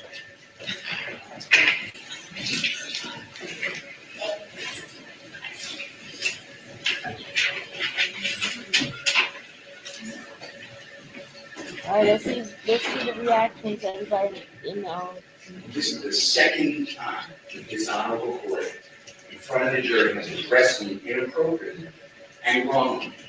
Second time. The first time I gave the state discovery of a song from a Super Bowl. Weeks before, there was an objection. You assumed that I didn't give it to the state. I didn't want to embarrass the court. So you yelling at me and saying, do you understand me? Do you understand me? And instead of saying, do you understand that you're wrong? I sat there and I said, yes, Your Honor. That was to protect the integrity of this courtroom and the court. Now, you say in front of the jury how unprepared I am. I am not unprepared for anything. Mr. Steele, wait a second. When you keep delaying, okay, and that's what's happening to the court. You keep delaying and elongating and pushing out these you particular see Sharks standing our right there? ability to He's right in front of you. present Look, a he's seamless right case there, in front of ready the to go jury. up. That's my purview as a judge. And I've asked you a number of times, you and your colleagues on both sides, to go ahead and listen to whatever it is you need to do, prepare me as needed. Now, I asked you those two particular questions because if they turn over the audio to you in discovery and you've listened to them already, then you either have an objection or you don't have an objection. And I was trying to solicit from you whether or not we could just go ahead and just hear it. So you can imagine my frustration because all these little delays just elongate out our presentation to the jury. That's for your benefit, not for mine. So that's why I've told you all at various times He's in the way. it's not because I want to embarrass you, Mr. Steele. It's just that I'm trying to kind of keep this thing presented in a way that the jury can listen to it. And the court is wrong. He came back again, What yeah. happened was, let me finish, and I'm making this for the record. What happened is, and I don't get embarrassed by you, but I don't want to embarrass you. I made an objection that some of these jail calls have a third party who will not testify. I objected to hearsay. The state said it explains the. Okay, which call? These calls that you. Okay, well then why aren't we taking them up beforehand? The state just said, just now, these are the 3 additional calls that they want. Okay, all right, well, then here's That your was love response. and I'm charge. giving you seven Even. responses. Judge, hold on. That was love and charge that just went by. Judge, there's more to this than we need to listen to these calls. No, you didn't say that.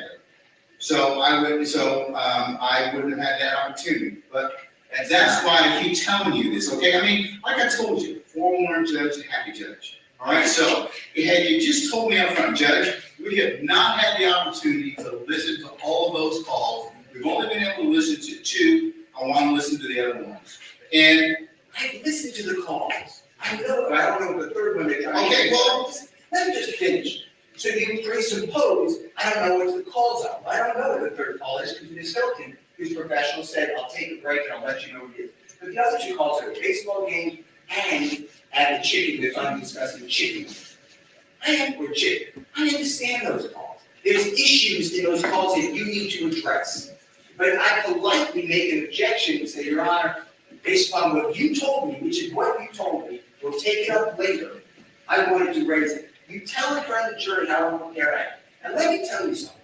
I am not unprepared. I don't appreciate the court telling me that. And you don't, and I asked you, tell the jury that you were wrong when you admonished me last time. You said you wouldn't do that. This is the second time. You know what it does to me? I don't care. I'm hurt because you're a court, but I really don't care. But what does it do to Mr. Williams? Mr. Steele, I'm not I trying want to. to show you everybody's face, y'all, what their reactions was to it. You are a grown professional advocate. I'm a grown professional jurist. And people say things to me that border on the lines of I could take action or not. You have certainly said some of those things to me during the trial of this case. I have let them go. So, sir, that's just a trial. That's just a trial of the case. Okay, but That man's life is here. and you know you're doing a fine job of representing me. But you know what? That's just the way we are right now. But the crux of the issue is, Mr. Steele, and representatives from the state and everybody else. What happens right now is I have to take a break in order to vet all of these issues, because I'm going to learn you, Mr. Steele.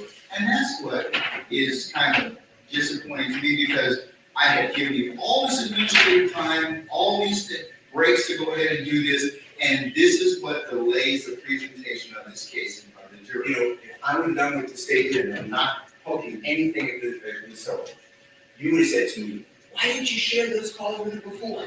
Well, you went out all day today. We didn't start court until 1 o'clock. I would have shared it. I know you would have. But the state didn't. I'm not poking fun because I can deal with it. But But here's the problem.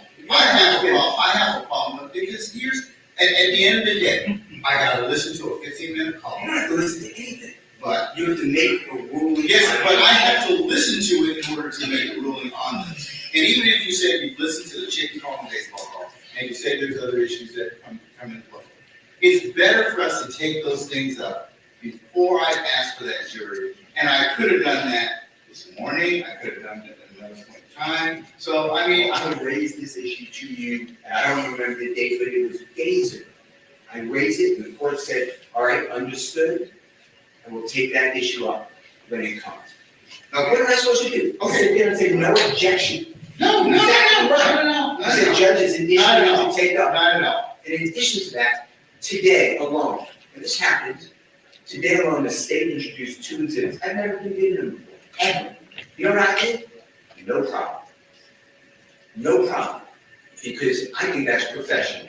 One was a Google map. It needs to be clarified for the record that it was not done on September 11, 2013. And then a map with little dots with 0.4 miles. I've never seen before. But I didn't do anything, Your Honor. I want to move the case. But when the court, it gives me no pleasure in saying this. I believe that this honorable court is biased against Mr. Williams and or his counsel. I ask you to consider recusing yourself, or don't do this again to me.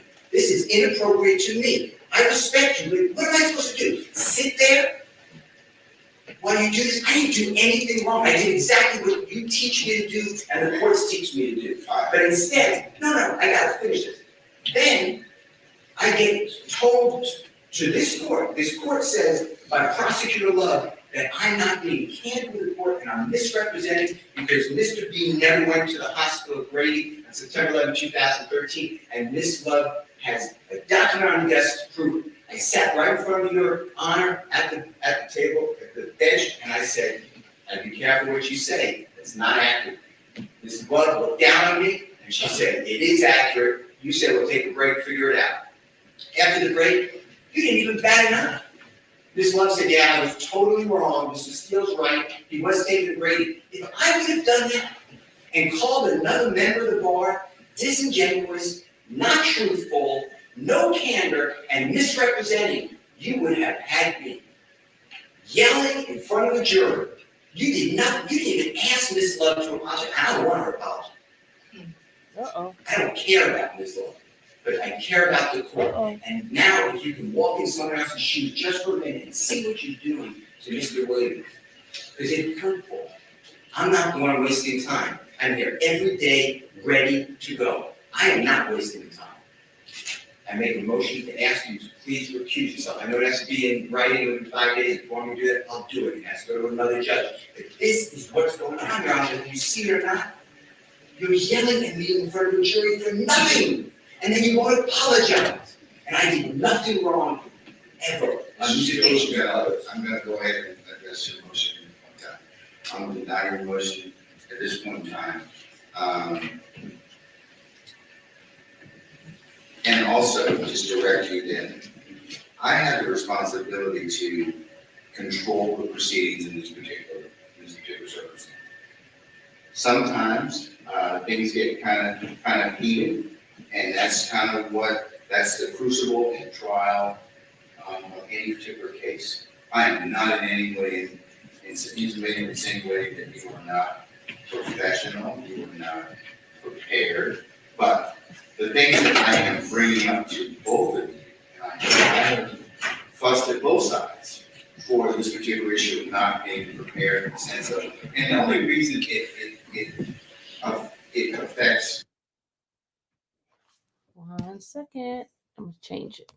I won't take that long like I did last time. Hold on, y'all. Hold on, you.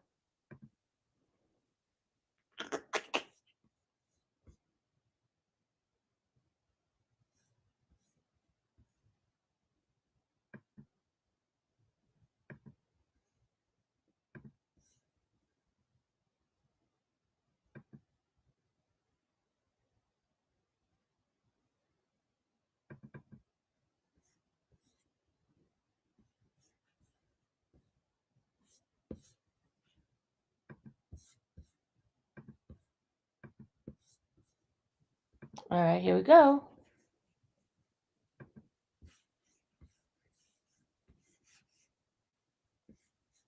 My mouse is hard to find. Okay, there we go. For what it's worth. You allowed a member of the bar yesterday, ask a witness who constantly is committing respectfully, potentially perjury. And Mr. Steele shut off and turn on the recording. I never did that. I wouldn't do that. I didn't do that. Okay, and sir, that's I would have said that question about another member of the bar, prosecution. You would have come over the bench and said, "How dare you?" And I sat there and said, "Outrageous." You denied the motion. I heard 3 other people made motions to strike or to object.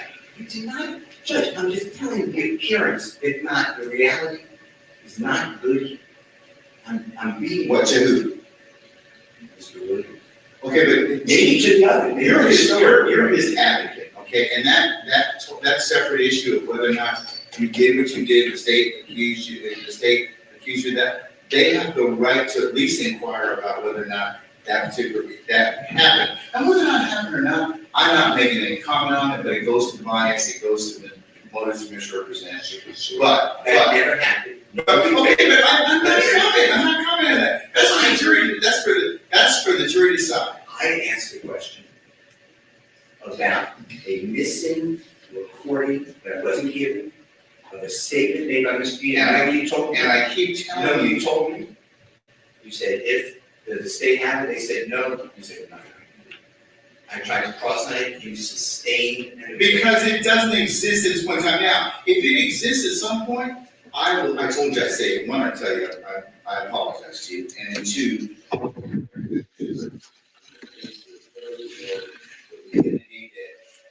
failed to give you that particular mistake. But the point is, everyone knows he spoke to the detective. But we don't. That's what we are. You believe it. You honestly believe it. And that's On true. September 17th, 2013, I'm recording, Mr. Bean tells that to Detective Quinn. How is that far-fetched? Why would he ever say that? I lied to the other detective. Why would he ever say that? I mean, logic has to come into this courtroom. But you stop me from doing it, and you allow another lawyer to make up that I'm stopping and starting a recording. And he said, well, I don't recall it. Here's the thing, that that's why probably Ms. Love asked me to put it under seal for the time being, but I mean, I'm not saying anything, but if true, that's a pretty serious accusation. If true, I'll die right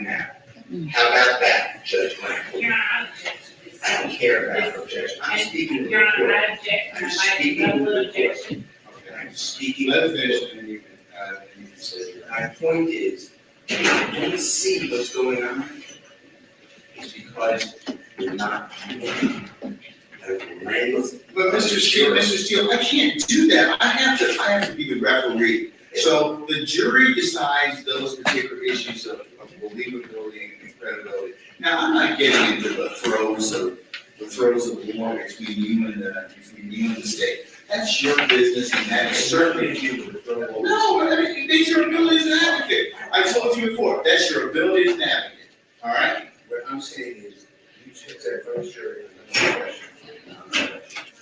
question. I think at that particular point in time, given the totality of what happened, that's what the court's assessment was. Sir, I am, But it was wrong. it's a snippet in time. Mr. Steele, you're a very good attorney, but I'm a professional jurist, and you may not like some of the rulings that I make, and you may not like the way that a trial is going at a particular point in time. That's all advocates, Ms. Love and her colleagues, I've told them the same thing. But I think that, my job as a referee is to give you a fair trial, and that's what I'm gonna do. Well, I hope that's true. If you just told the jury, I'm prepared. I'm prepared. I don't understand why you would say that. Both of you, and I'll vote this against the state, both of you, that's being unfair, because that, I have to then listen to this rule. I understand, but I'm the only one that the jurors here in the court take the honor with. Ever. Without an apology, without. Oh, I think I've taken Ms. Love and Ms. Hilton and her colleagues to task many times. No, I've heard you. I've taken them to task as well. I've heard you say to her, stop interrupting me. Oh, that's taking them to task? The jurors never heard it. Ever. So, I asked for continue with the refusal motion. I know it's not in writing, but I assume that you're ruling on it right now, that's what you said. Well, when you gotta put it in writing, but I mean, I'll rule on it at this point in time, I'm gonna deny it. I'm gonna die the motion, but you put it in writing, if that's what you wish to do. And I'll I'm also asking for a mistrial this time, to say, you may not do it on this. Okay, now, This is a fair Congress, they are the one for this rule. And I don't want to ask for a mistrial. I have no choice, and the court is saying what it said, I repeat it. If I'm not sure that's right. And I'm not saying me, I mean, what is what I think, it's hurtful to this getting a fair trial. all right, Mr. Steele, in terms of what I told you all already, we're still going through the, I told you all of those things. I told you. So,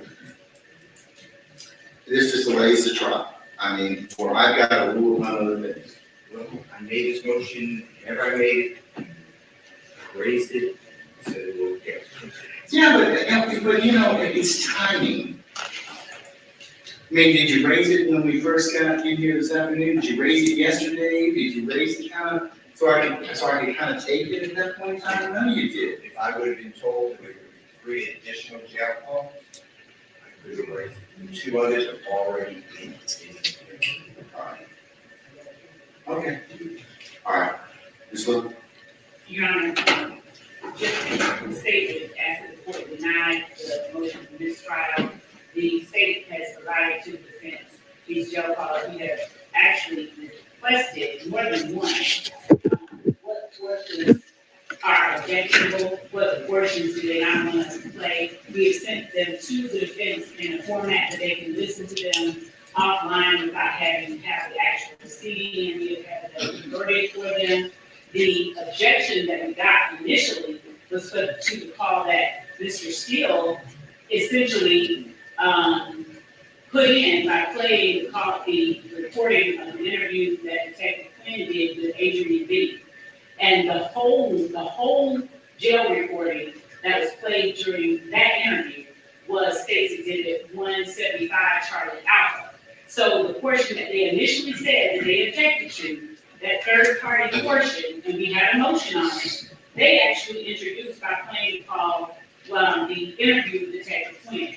I have said to them, I'm certain Ms. Hilton has communicated with them via email, that we are using jail cars. And I know I personally have asked, what do you object to?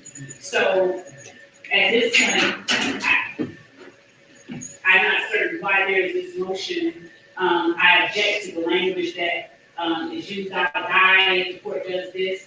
Your Honor, the court is well aware sometimes that the state has received reprimand both in front of and out of the presence of the jury. I'm not certain where that's coming from. I would ask that the court, of course, the court has already ruled, but the notion that there is a bias, I'm not certain even where that's coming from, given the amount of time lashes we received from the court on the state side. So I would just object to the defendant being granted mistrial. And I state for the record that the portion that they identified for us as the objective jail cause was entered through their cross-examination of witness Adrian. Thank you. I gotta step away because I gotta make noise. Sorry.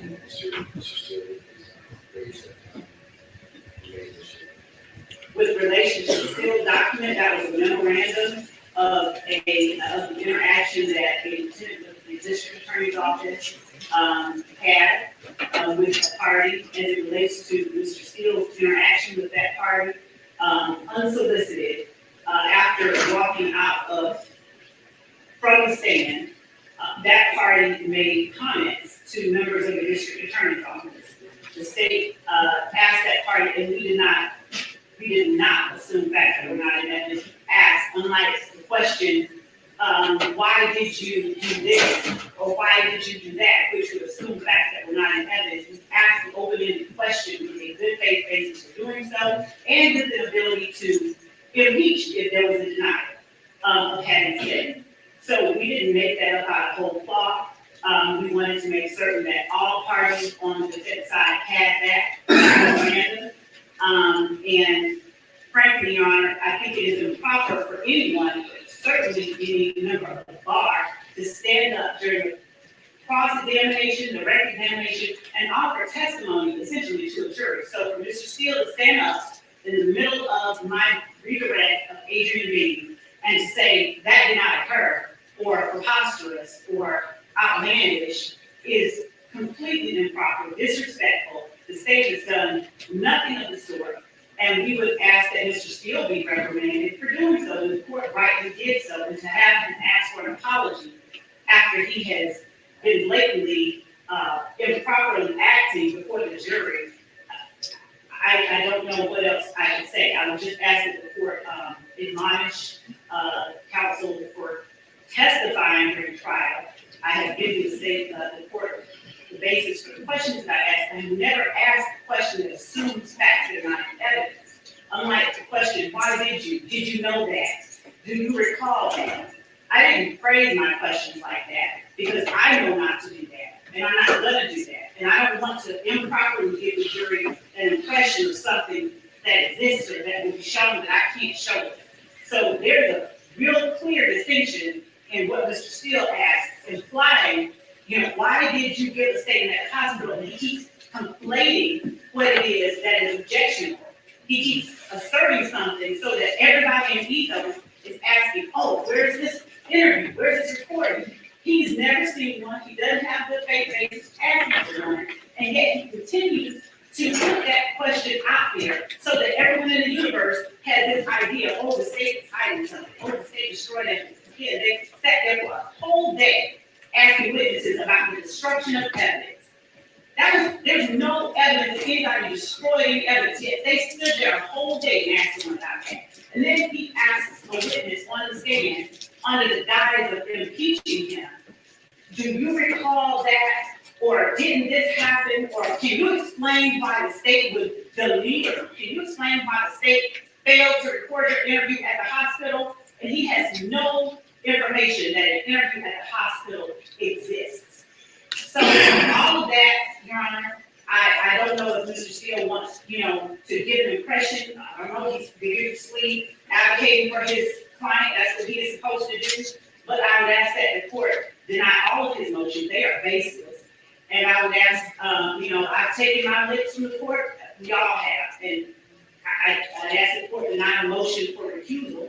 The court has made rulings that obviously the state hasn't agreed with. The court has made rulings that other people haven't agreed with. So this notion that somehow the court is biased, when as recently as a few days ago, I caught it hard as it was played everywhere. I'd ask that the court just deny Mr. Steele's motion. All right.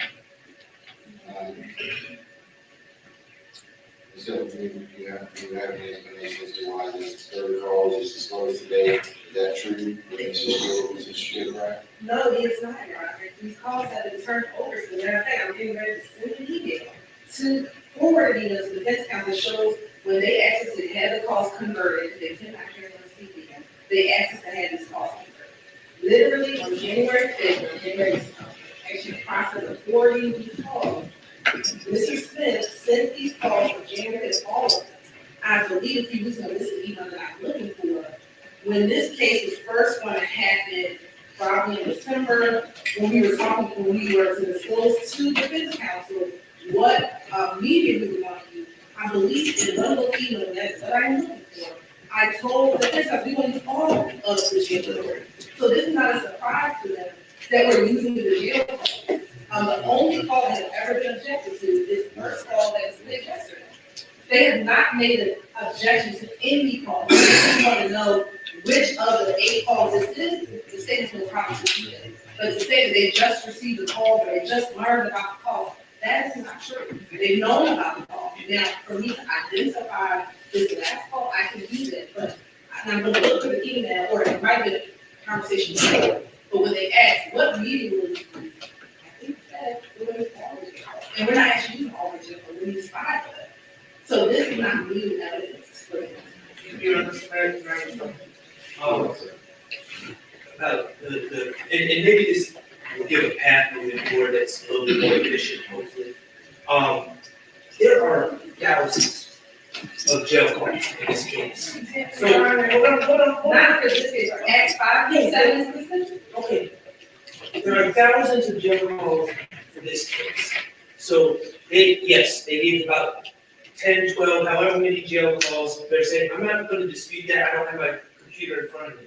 But it seems very inefficient to me that we're going to litigate and you want us, the defense, to raise our objections to thousands or even 12 jail calls and suggest redactions for all the jail calls. But when did you get jail? When did they tell you? Didn't they tell you like within a week or so, like I asked before, that they were going to use these calls? So, Your Honor, they just identified what is the chicken call. That's not how they are in discovery. So there's a cross-reference number. So we need to know exactly what call by the cross-reference number in discovery. There's nothing labeled chicken call. There's nothing. All right, but is there a certain number of calls for this particular type of this particular act or acts?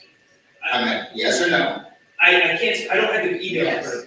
So, Yes. Okay. So there's how many? 8, 10 calls? How many? There's actually 8 calls, and 2 of them are duplicates. And so the Okay, email So in preparation, you know that if this particular act, which you've been dealing with for weeks, you only got about 12 calls to listen to, right? So yes. So you would like us to proactively state our objections for every call and litigate, because they're not using every call. Only if it becomes an issue because it's well worked out, it's fine. I don't have any issue with that. But if it's going to be an issue, then I need to be able to vet it. I gotta listen to the call. I gotta listen to the evidentiary basis as to why it should be admitted or not admitted. That just gives me time to do that. And if you say it's only gonna take about 15 minutes or whatever, well, it may take longer than that. You see how long we've been out dealing with this issue? So that's what I mean by forewarned judges and happy judges. So if we could take it out and I don't have to have them sit in their headquarters, it's better for all of us. I do not dispute anything you're saying, Your Honor. All I'm doing is suggesting that if last night or yesterday, we were told tomorrow we plan on playing this call and it wasn't the chicken call or the whatever call, it was whatever the number is in the discovery or on the email, then we would certainly, I would say it would be on us but that's not exactly what happened. I just want Your Honor, and I'm not trying to, I really like Ms. Oak a lot, so I'm not even trying to argue with her or say she's done anything wrong. It's just, I think if we know a little bit in advance, and it's not just, oh, the check is off, then we would be in a better position to lodge our objections to you. Because right now, they are, I assume they're getting the cross-reference numbers, so then I can bring those numbers to the defense table, so we can pull up the exact calls that they want us to review. So that's kind of, I just wanted Your Honor to understand, it's not as simple as just, we didn't listen to the chicken call. Your Honor, if I may respond briefly, Mr. Williams, I believe, filed a motion limiting on 40. That was the only motion limiting that we had as it related to a jail call. And that was objecting to the third-party information contained in jail call number 175, Charlie Alpha. Sorry, man. Y'all, that's me with the camera being messing up with the camera. So we have been turned over the 8. We can specifically give track 1, 2, 3, 4, 5 of CD 1, 2, or 3. You can get that information to them. The way that Ms. Hilton and Mr. Atkins noted and time hacked each of these calls references specific information in the call. That is the only reason Ms. Hilton identified it as such. But there were 8 calls. There is no other call within which the information she has spoken to the court and described the call using. There's no other call that has that information out of the only 8. So I'm not certain the reason for the reference to thousands of jail calls in this particular context. But, Your Honor, we have 8 jail calls here. We've turned over. We've asked, what do you object to? And the only thing that we've gotten was a motion limiting on 40 from defendant Williams. All right, so that's before we recess. I said that while you were listening. The facts, Jack, you all, the accurate facts, listen to all those calls, relevant calls, listen to them. I know what the chicken call is, I know the baseball call is. The issue is, there's a third parties making statements of fact, introduces it of fact. We argued this. The state's position was, it's non-hearsay because it goes to the effect of Mr. Bean, who will be a witness. I dispute that. I believe it's hearsay. That was the issue. You said, well, take it up. That's it. I'm not saying I don't understand the parameters. The only call issue is, Madam President. You're coughing like the judge coughing. I don't remember what the third call is. I'll let you know in the first one. I was comfortable with it. But I just want you, before these young folks to make a move. I waited. I need to call. Exactly. So that was my objection. That was it. And I did it in a manner that I thought was appropriate to say that we raised it. Your Honor, the court told me to let you know. And then we got here. I do my motion for severance. All right, and 105. Good Harvey, y'all. Y'all saw that? I'll note your objection and accuse your objection. Yeah, see. All right, we're gonna take 15 minutes so we can do the list of the call. Okay? All right, where's the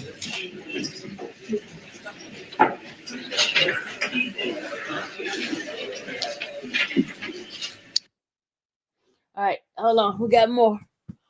You see, Harvey stood up and put a little thing to his mouth. It's like, oh, I renew my motion for severance. Y'all, this is like, hold on.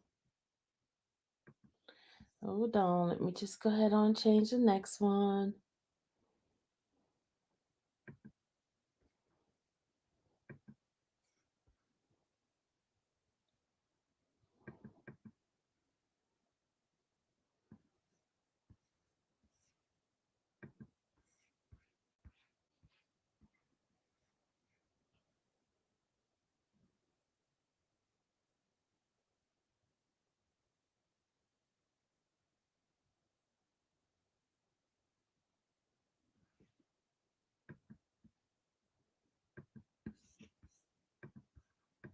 All right, here we go.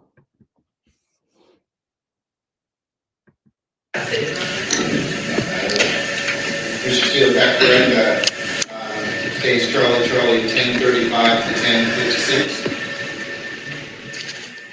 Sorry, y'all. I was trying to get myself That is together. correct. The state said they're playing from 000 to 125. I do not oppose. The state, assuming the foundation can be raised, the state then wants to play 10:39 to 13:30, but I do oppose the objection. I believe it starts at 10:35 to 10:56. Can I find out if Steel filed the Let's play motion it. yet? Tall Glass, I'm not at the court. I'm not at the court, so I don't know. But I can see you. Let me see if the system. Hold on a second. Just give me a moment. I gotta go to the link that I have. Hold on. So you're on 10:30.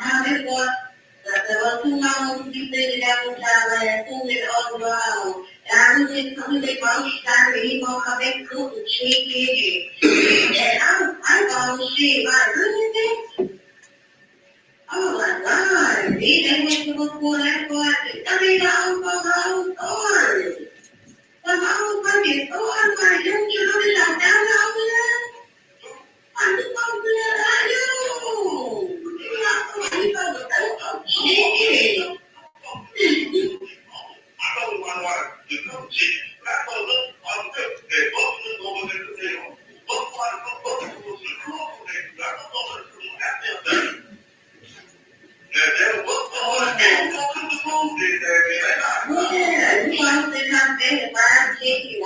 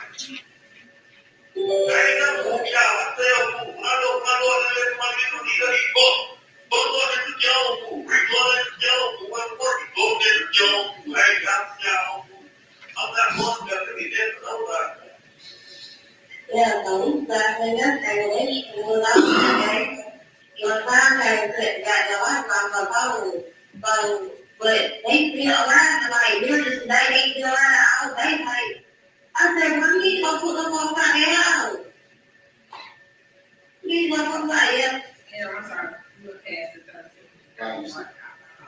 30. So you're right. All right, who's speaking in States 175 Charlie. Your Honor, the two callers, the caller is repeating his speech of the portion which Mr. Steele objected to is the portion 10:35 to 10:56. Specifically, I believe that particular portion.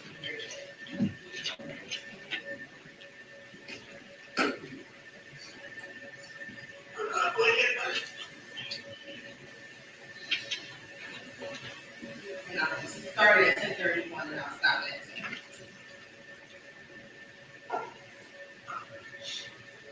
Then what do? I thought when I saw him that, well, I 100 feet out there, he operated, he said, one thing, they got to say, I keep playing for one thing. No, but I was so much going on, but we had time, I didn't have a witness. That's how it was right. Okay, Mr. Steele, what's your basis?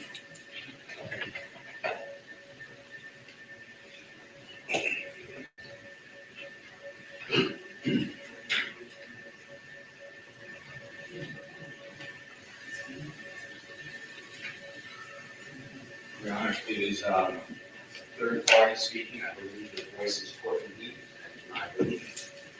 And she is saying, outside of the court, is being accused of the truth of the matter asserted, that Jeffrey Williams, known as Thug in that call, said that they were, was worried about the lien, he was getting the lien, I cannot confront because he's at the court. They previously in writing to third party. Is this Not being, testifying. is this being going to testify?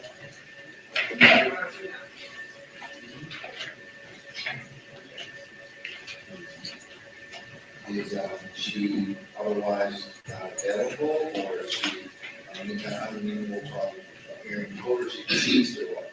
No, Your Honor, the state is that this particular call for Mr. Steele complained both the interview with Adrian Dean as well as the jail call, the second jail call with Adrian Dean, which they talk about this leading conversation, it derived from these jail calls. So when you heard the interview in which Detective Quinn is talking about the league, or they're talking about the league in that interview that was introduced by the defense counsel, they opened the doors for us to give context with this call as to what they're talking about.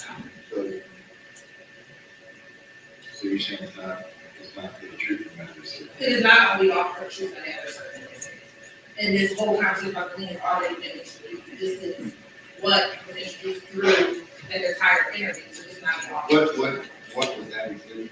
I believe that was one, Ben Williams, it was basically 176C, 175C Charlotte. But you did not object to Mr. Steele introducing that entire report, but Mr. Steele's.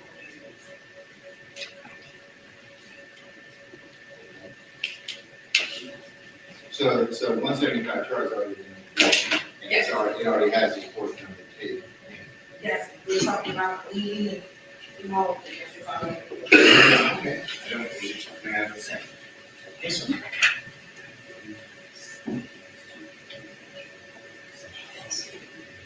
Sorry, not the jail call, just the context of the conversation too, so let me be clear.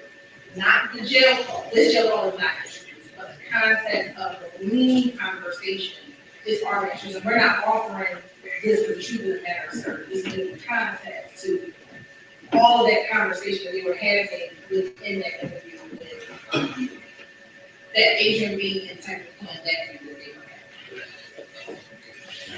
they were having. Mr. Bean is interviewed by Detective Quinn, 176. Stating that you can go wrong. 156. Stating. Sorry, 175. This call is not played to my memory. It may be referenced, but Adrian Bean tells Detective Quinn that he was buying lean and he was robbed. You don't need to complete the story, a third-party statement about lean. In fact, in these jail calls, Mr. Bean again says, I was buying lean. So the state is introducing now from a third-party non-testifying, Bud is interested in the lien or worried about the lien. That I cannot confront. That is an out-of-court statement, and it is offered for the truth of the matter asserted. And there's other evidence. It is not, I didn't open the door to this call. It was already in evidence that Mr. Bean said to Detective Quinn himself, he is there to purchase the lien.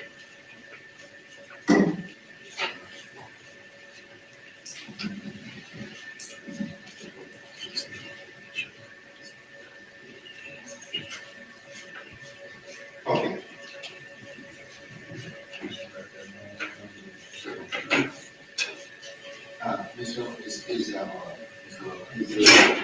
Ms. Hill, Courtney Bean is understanding this house, correct?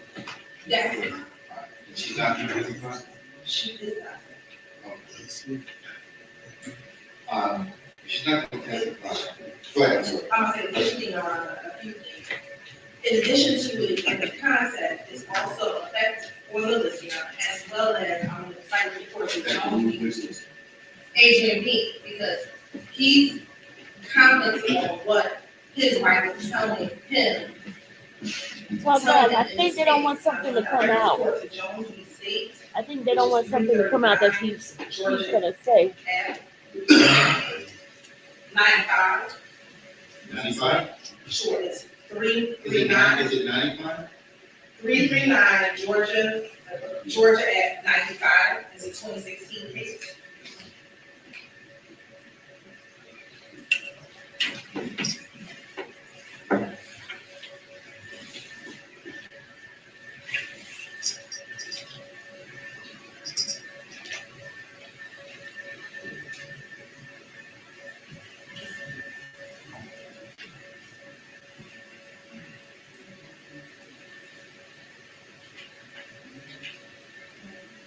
With that, next is going to be Insight. 101. You said it's Insight 101.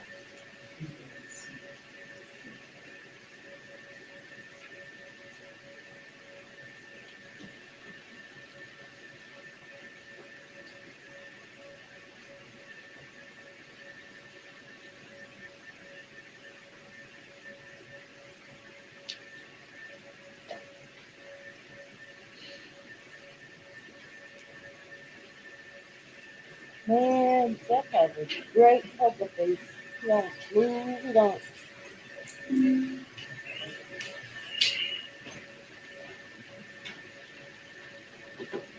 We going back to Lurk and Chase. See you later.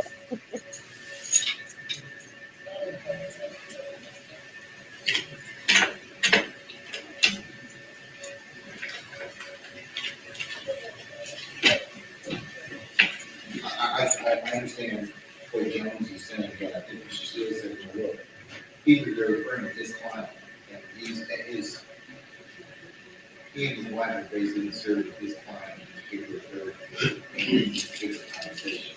So that's the segment's happening in Jones State. So the informant. Different, because in Jones, you got an informant, and then you got a drug sale. So those particular statements were made for the context of what a G was, primarily. So, But the issue here in this case, Your Honor, is that the report, they did not want the recording to come in the entirety of the phone call itself when the informant was not testifying. And Mr. Steele's argument is that because Courtney Bean is not testifying, therefore the call cannot be played. But in Jones, what Jones is saying is, although the informant was not called to testify, that recording can still be played.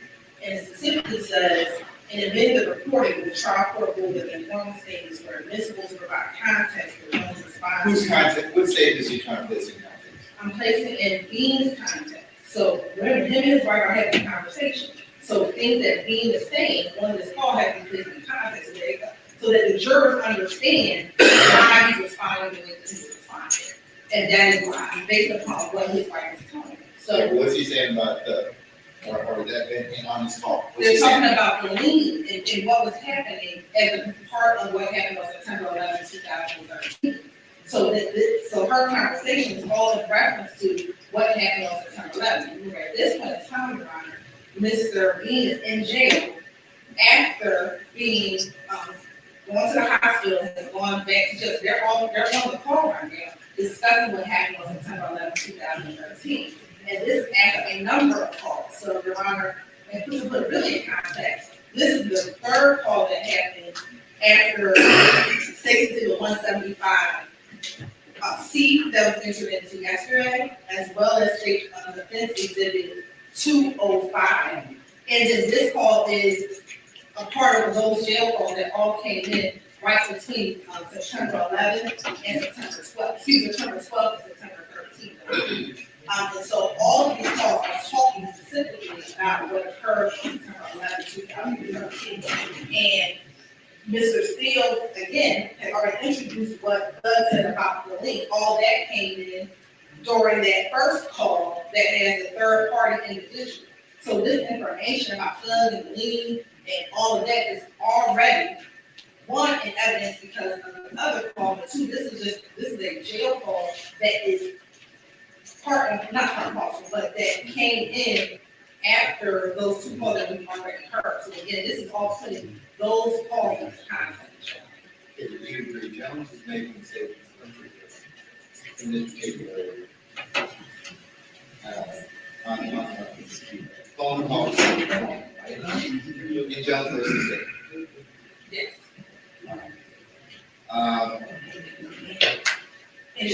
So, In addition, but Bean's making the statements. So what theory, other than the fact of context, are they admissible? Because in Jones, the court goes on to say that as a result of Jones' statements, the court determines that they're admissible for the basis of a party opponent. So if Bean's making the statements, and he's making the statements about context, how are they admissible against Mr. again, Your Honor, because it's the context of what they're talking about. Mr. Steele has already, a couple of things. One, it puts in other calls that I just referenced. Two, Mr. Steele, through his cross-examination of Adrian Bean, has insinuated that Mr. Bean was lying about interjecting. Guys, I want to apologize. I'm having allergy problems. My throat, my throat's itchy and stuff like that. So if you hear noise, please forgive me. I try to leave here, but then I step away too long. I can't hear. I don't know when it stops. So please forgive me. I apologize. I just have allergy problem right now because it's seasonal allergy for me. Mr. Williams into this incident. So this also would be a prior consistency because Adrian Bean, because when Mr. Steele was cross-examining him on the stand, he said, you only did this just to put Mr. Williams and Mr. Williams is just lying, all of these things. However, he had a jail recording call that was consistent with what he told Detective Quinn during his interview. So Adrian Bean's statement, previous statement on the jail recorder would be consistent that he wasn't just trying to put Mr. Williams into this case just to put him in. He had already said that before his interview with Detective Quinn also.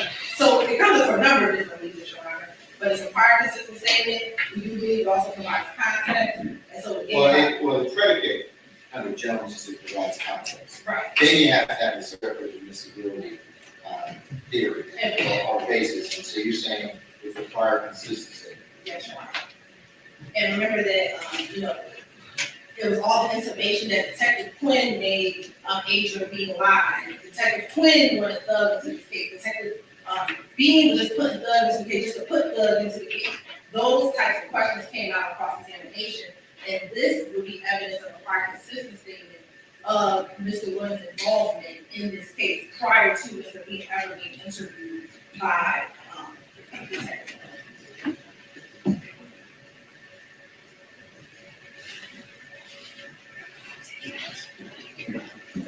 And then lastly, before I said Mr. Steele said that Adrian lied, but to rebut that argument, a recent verification of the industry of practice. Well, that's what prior consistency that's prior application. All right, Mr. Steele.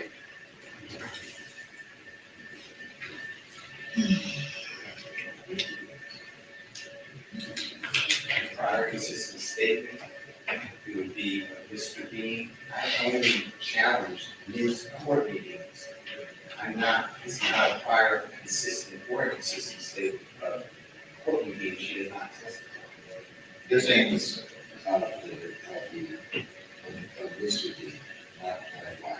It can't be a prior consistent statement because Mr. Bean, if you're going to testify, did not challenge the court meeting statement.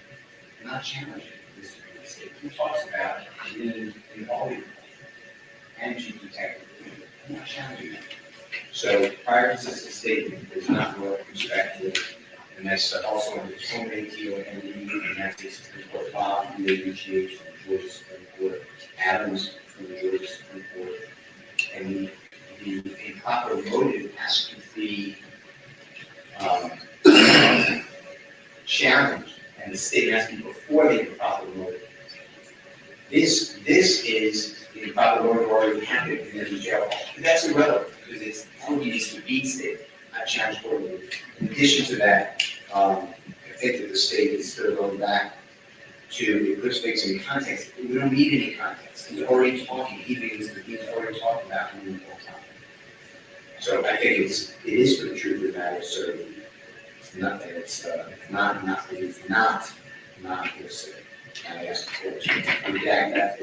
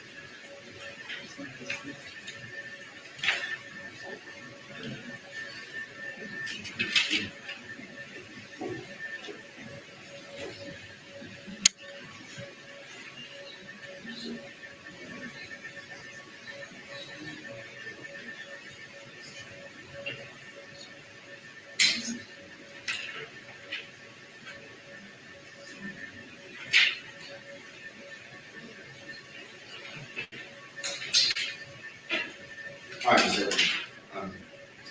back on the register, where did you come from? And I think you should share that something.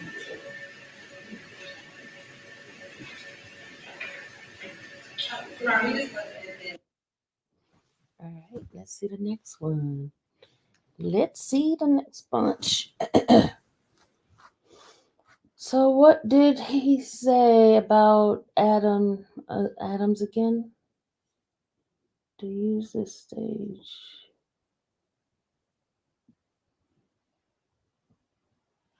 Okay, hold on. Okay, hold on. Let's go to the next one. That one was a short one. Let me stop sharing. All right, so guys, what do you think about it so far?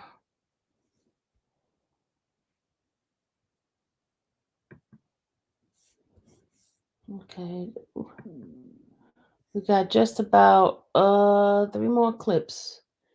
The other was going to be kind of short. The next one's kind of long, a little bit long, 20 something minutes. Then the ones after that's kind of short.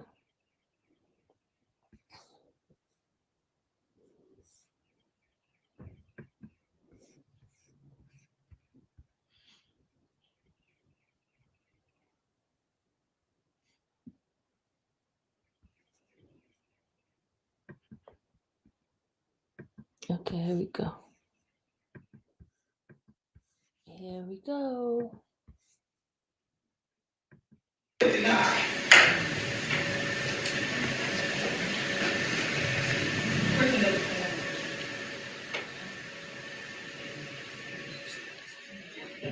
pretty sure adopted admission went out in January 1, 2013, but I will check if that's under the old. I believe it did. But could you check, please? Yeah, I'm looking at Carlson's edition.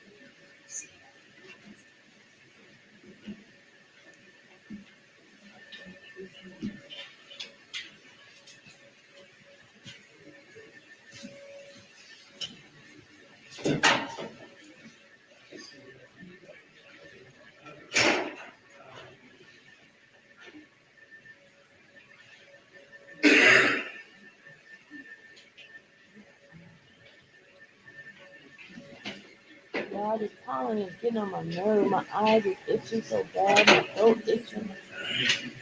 Got it, still here. Help people. It's still part of it. It was, OCGA section 24-8-801. D. 2. B is the barrel. D2B? B, yes. It's still there. Do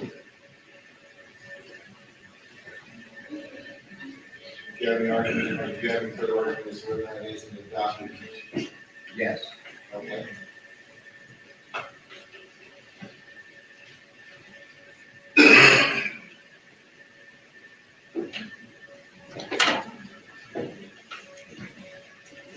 It's not adopted. It's not adopted by anyone. It's an admission by a party opponent. Admissions shall not be excluded to the hearsay rule. An admission is a statement offered against the party in which a statement in which the party has manifested an adoption or belief in its truth. It's a lie. The lien deal is a lie. That's the whole point. I need Miss B here. She's attributing something to Mr. Williams, and the state is just arguing anything to try to get it in because I can't cross it.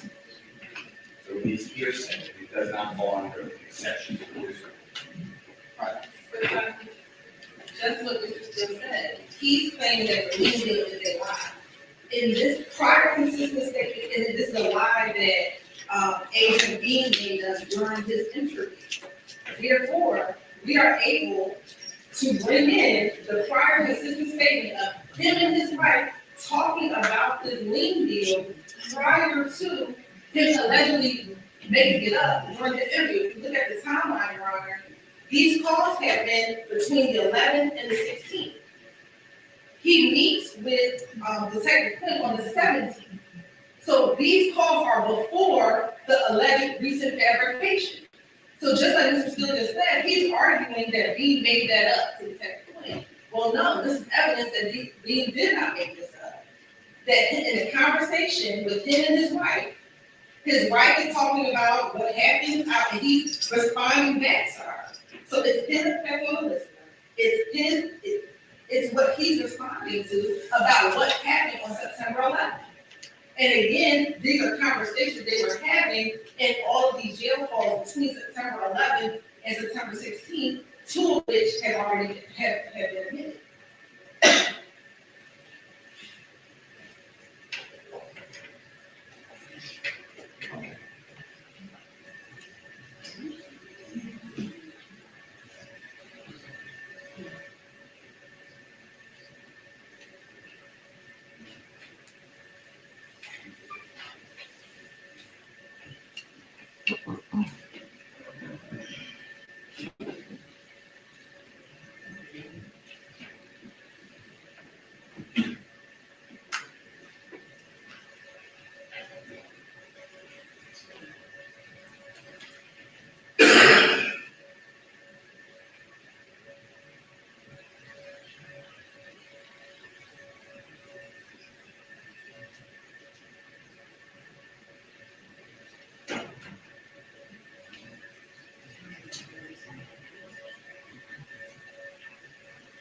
All right, I'm gonna exclude 10:45. I'll do the reason. So, okay, so we need to redact it. All right, folks, this is 6 o'clock. I'm gonna just call the group back in. I want you all to redact it. I believe that we are going to,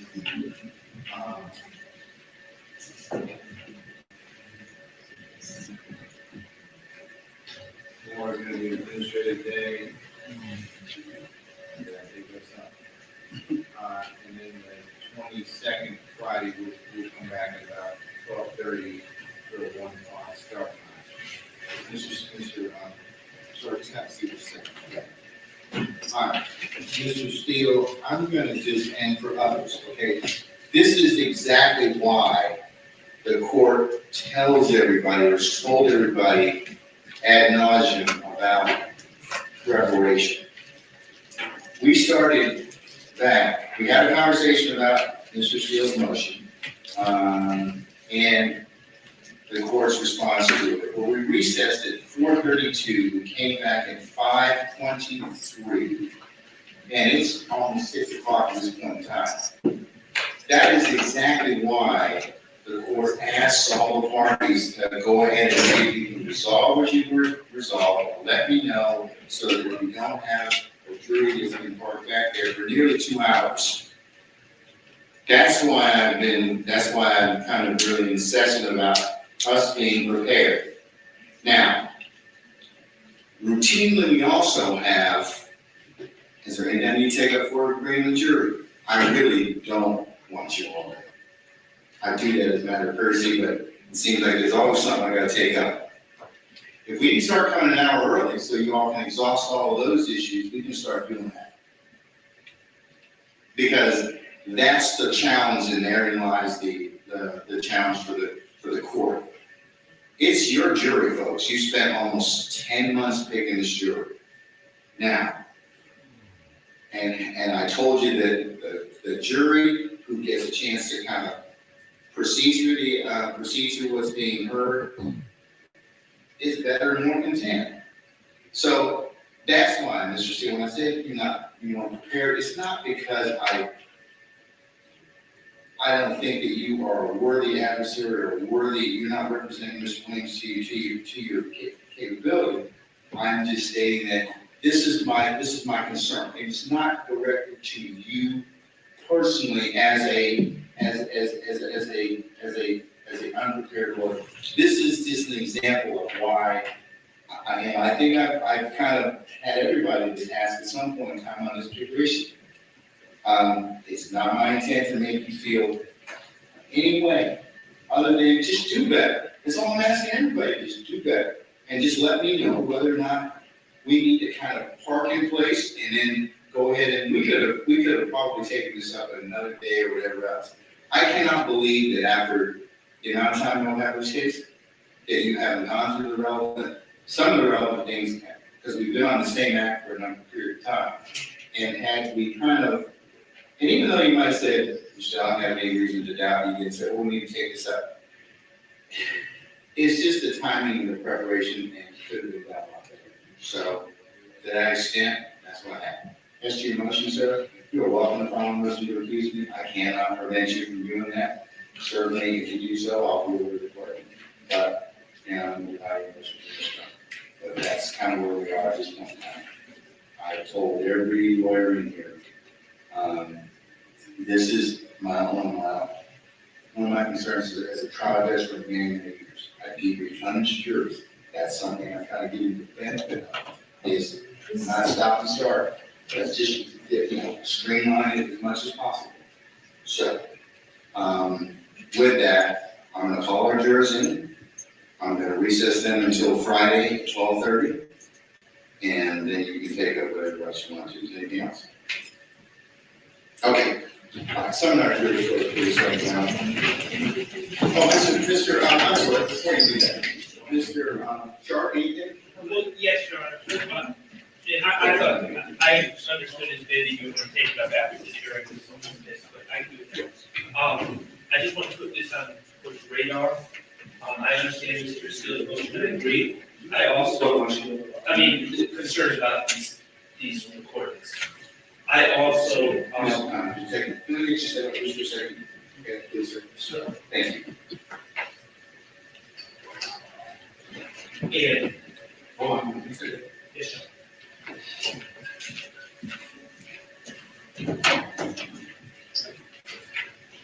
Okay, we record too. Yes, sir. And Mr. Steele just heard about court being statements.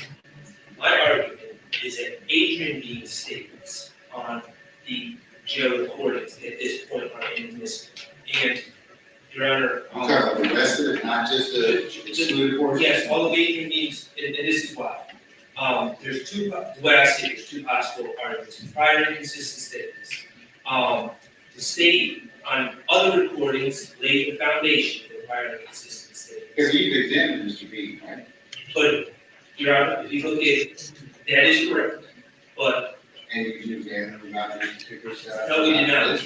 No, we did not. Could you have done that while you had one cross? That, but Could you have done that while you had one cross? I absolutely could have. Okay, all right. But, Your Honor, the rule is the proponent, it's, 24-6-613, and as well as, We've already admitted the evidence there, and that's the, And you talking about? I'm not referring to the ones that were admitted, I'm referring Okay, so what are to you referring to, Sid? Are you talking about Charlie? Charlie, 6175 Charlie, because that's what we're talking about right now. okay, so Mr. Steele has successfully argued for me to omit 1035 to 1056. I'm So referring to, you're asking for the entirety of stage 175? I don't know what that's in evidence, but my understanding is we were talking about all three. It's Charlie Delta, and Charlie F. The only one that there's an objection as to right now is Charlie. Okay, I am objecting to Delta and F, and to Mr. Bean's statements as well. And if you look at 24-6-613, which is prior statements by witnesses, and it says, okay, excuse me, 24-8-801, D1C, a statement shall not be hearsay if the declarant testifies at the trial Which you did. or hearing, and is subject to cross-examination concerning the statement. Which you are. That's where I disagree, Your Honor. The state, in certain jail calls and in Detective Quinn's interview, the state and Ms. Love, and I understood what she was doing at the time. She asked very specific questions and confronted Mr. Bean with things that were said. That was not done, in my opinion, for these additional cell phone calls. She did not say, did you say to your wife, Courtney Bean, on this date, yada, yada, yada, and have him either say, I don't recall or deny. So I don't believe the foundation was laid for a prior inconsistent statement. Now, as far as prior consistent statement, which is Ms. Hilton's, what was her stated argument. If you look at the prior consistent statement, statute,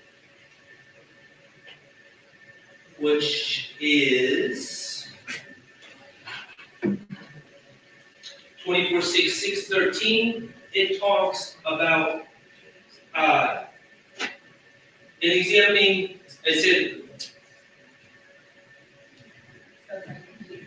it talks of consistency with the testimony. What, in this case, the state, as it appears to me, they have a prior statement which has been admitted into evidence. And if you look at, Coward v. State 294, Georgia 333,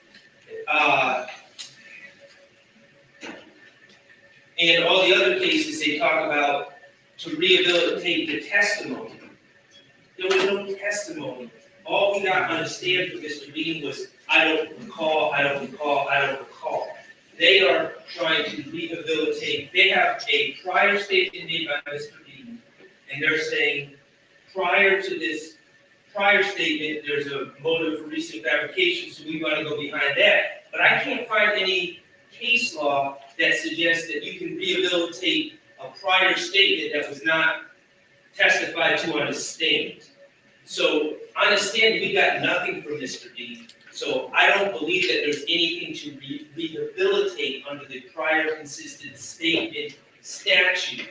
Because all we got to understand, I think we probably all could agree, all we got to understand was, I don't recall, I don't remember, or I don't know. And while that it is sufficient to lay the foundation at times for a prior inconsistent statement done correctly, in accordance with the rules, I can't find any authority to say that, in Coward it says, prior consistent statement of witness admissible only when witness was impeached by some affirmative charge that witness's testimony was tainted by recent fabrication, improper or improper motive, and the prior statement predates the alleged fabrication.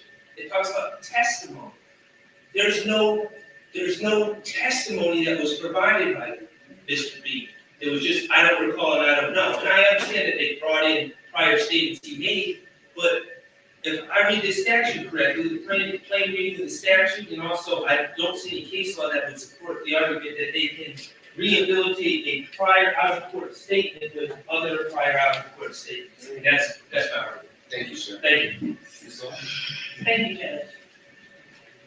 246613C says the prior consistent statement shall be admissible to rehabilitate a witness if the prior consistent statement logically rebuts an attack made on the witness's credibility. A general attack on the witness's credibility with evidence offered under section 246608 or 609 shall not permit rehabilitation under this subsection if a prior consistent statement is offered to rebut an express or implied charge against the witness of recent fabrication or improper influence or motive. The prior consistent statement shall have been made before the alleged recent fabrication or improper influence or motive arose. So as to the argument that it is not a prior consistent statement because Adrian Bean did not recall, it's not one that carries merit, because the statute specifically, and what Mr. Steele did specifically, was assert through his cross-examining questions that Mr. Bean was lying in the interview with Detective Quinn. That is the recent fabrication, that the prior jail call, the statements made in the jail calls prior to that are being offered to rebut against. That's as to the prior consistent statement. As to the prior inconsistent statement, Your Honor, what I did when asking Adrian Bean the questions that I asked was, did you ever at any time, I said, did you ever at any time talk with your wife about the lien and the $50 and the $150? I asked specific questions that went to, when he said, I don't recall, I would not only ask him about what he said to Detective Quinn, what he said during the specific jail call, I would broaden it and say, did you at any time during this time from September 11 to September 16 talk with your wife about X, Y, and Z? So Mr. Sharp's argument that the state did not properly lay a foundation for impeachment or for prior inconsistent statements to come in is meritless, because the statute now and the case law now does not require that you, with the level of specificity as to a date and time, meet him with all of those. I asked him specifically about jail calls that he made with his wife, and specifically asked him, did you ever at any time speak with your wife about X, Y, and Z? Do you recall any conversations you had with your wife while you were in the Fulton County Jail?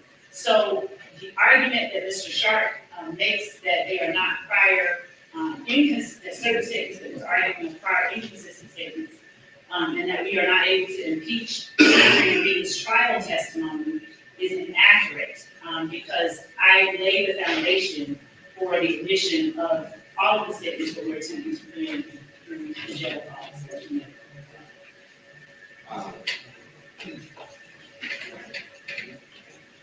Your Honor, just briefly, under 24-6-613 says, extrinsic evidence of prior inconsistent statement by a witness shall not be admissible, and I think we can agree that this would be extrinsic evidence, shall not be admissible unless the witness is first afforded an opportunity to explain or deny the prior inconsistent statement, and the opposite party is afforded an opportunity to interrogate the witness on the prior inconsistent statement or in the interest of justice. So you didn't avail yourself of that during the investigation? Well, but Answer my question. I can agree with that, but I can agree with that, but the witness himself, the state is essentially saying that we can lay the foundation by saying, did you ever say this? Did you ever say that?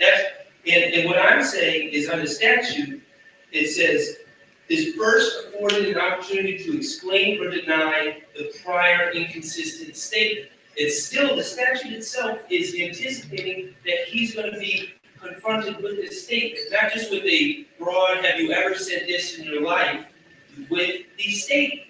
And so I am arguing that state, and I'm aware of the law and what's required, and they don't need to say the date or time, but I don't believe that just saying, have you ever said this, is sufficient to confront him with that statement. And that's not our.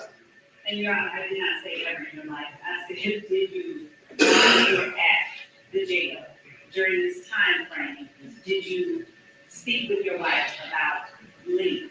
Did you ever talk with her while you were in jail, this time to this time, about the leave, $50, $150? All right, so based upon the arguments, your arguments in the cases that you cited, and in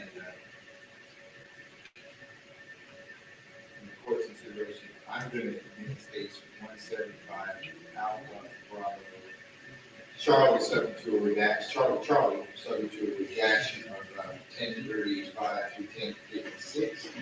I'm going to commit states 175 Delta.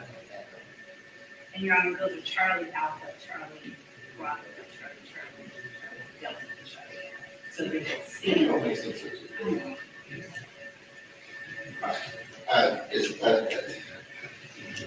So say those again, just like. States Exhibit 175. The ones you're offering for the first two weeks. Yes. Charlie.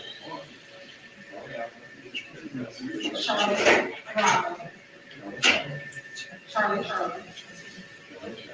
Charlie Delta. And Charlie Echo. But these are still Echo. I think, okay, hold on, y'all. Let's get the last bit.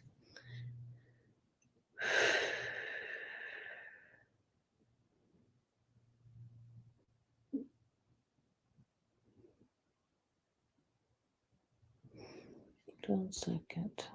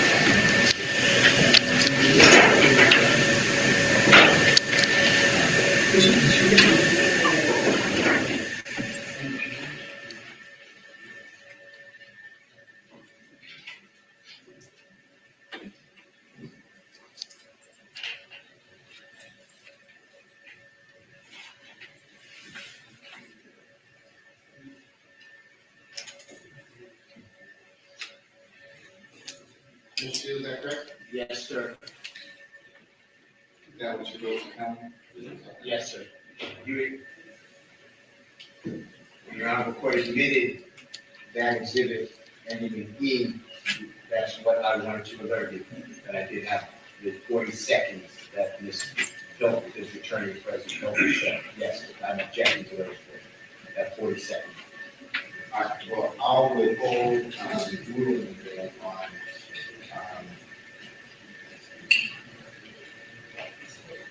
so I'm gonna admit Charlie, at 175 Charlie Alpha, Charlie Bravo, Charlie, I will exclude those portions, from 10:35 to 10:56. The Charlie Delta, and I will withhold, Charlie, Echo, until I rule upon, the section from 4:15 to 4:45. 4:55. 4:55. Thank you, Your Honor. Would you grant me a continuing objection regarding my argument? Yes. Thank you for all those exhibits.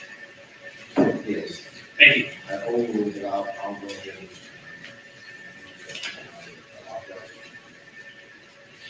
All right.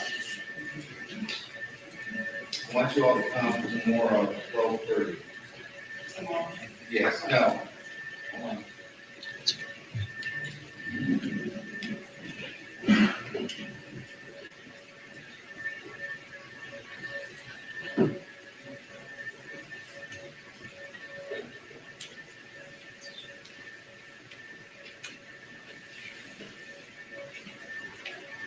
On Friday, the 22nd of March, I need you all to come at 12:15. It'll take up to 40 seconds before we, or our jury comes at 1 o'clock. Yes, Your Honor. Thank you. That work for you, Mr. Steele, and the others? It does on behalf of Mr. Williams. Yes, Your Honor. Okay, now, do you all see the time again at 6:20? This is, again, why I kind of tell you all this. It's not just because I want to get annoyed and angry at everybody, okay? All right, but I will go ahead and we're going to cease jurors for more.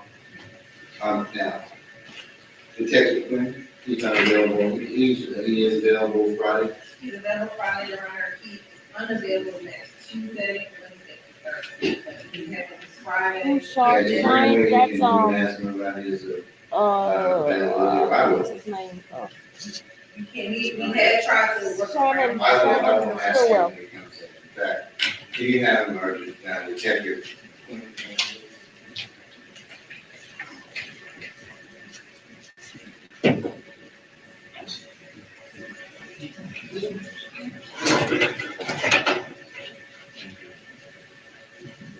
Detective, can you come for a second? We're just doing some, scheduling, sir. Yes, sir. Sir, we will not be in court tomorrow. We will be in court on Friday.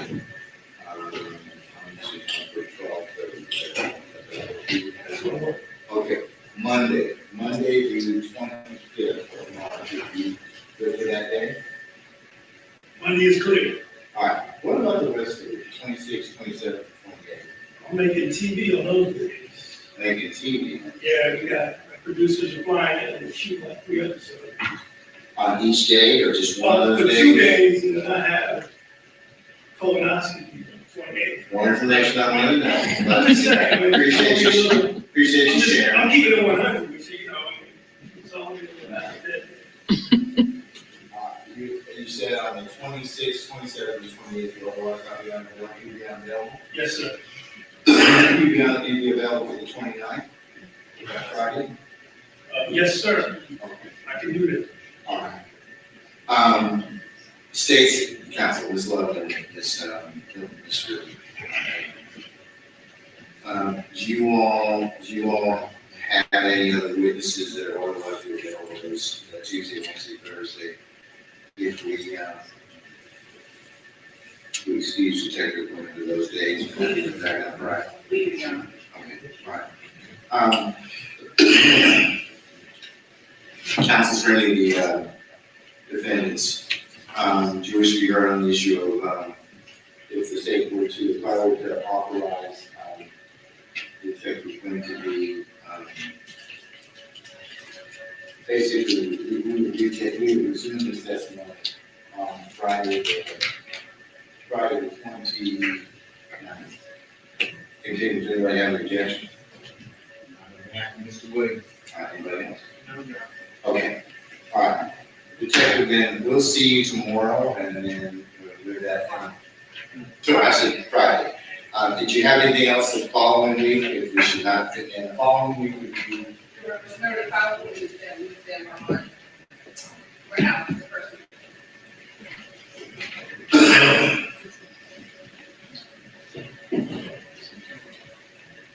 the week of the 8th.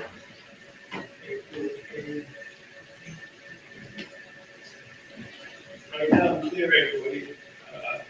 That week, that week, should we need you for that, we can finish your testimony.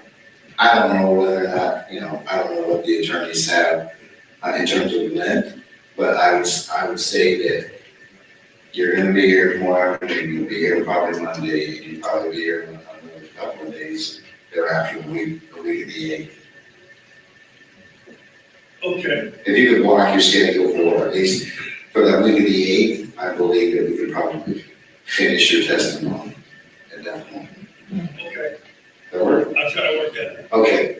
All right. Anything else? No. Okay, all right, let's go. All right, hold on. I think I got one more left. One more left, y'all.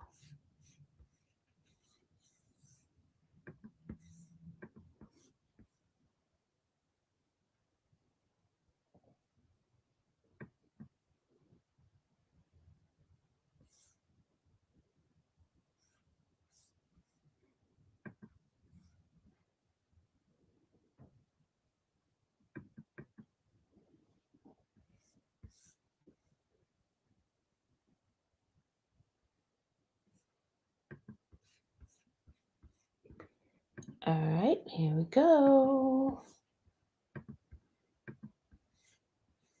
This one's gonna be short.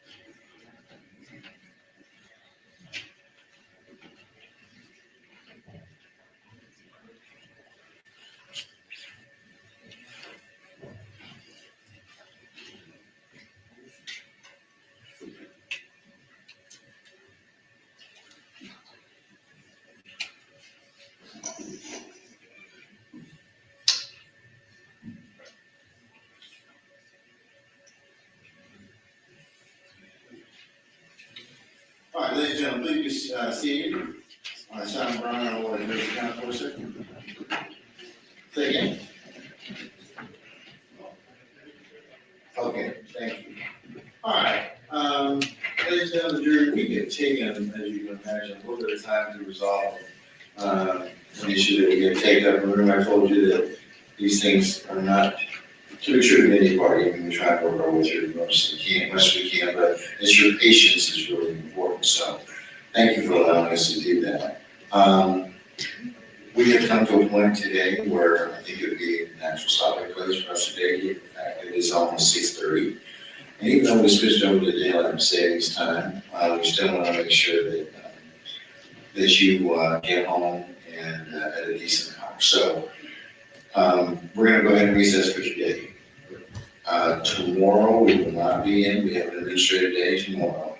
Remember that on Friday, what time supposed to be here? All right, for an anticipated 1 o'clock start time, right? Okay, all right. Then the following week, and I'll talk to you all there in just a second. Detective Quinn, sir, we'll see you Friday, 12:15, sir, okay? Thanks, Judge. All right, thank you, sir. See you then. And remember, don't set a stiff on anybody's that be doing this case, okay? Yes, sir. All right, so thank you.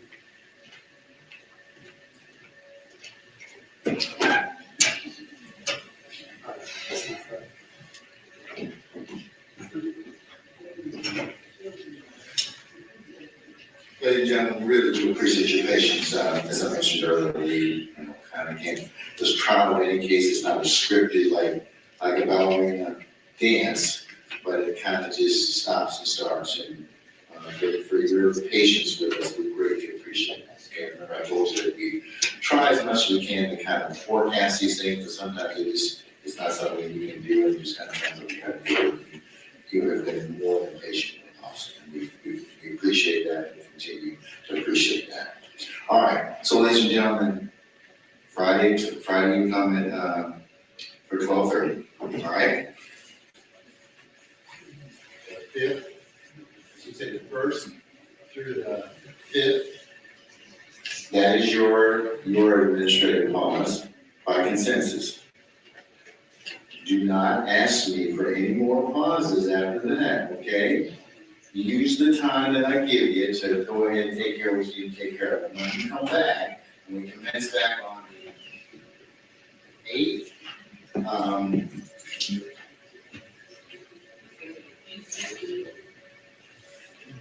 no, because you're not here next week. Yes.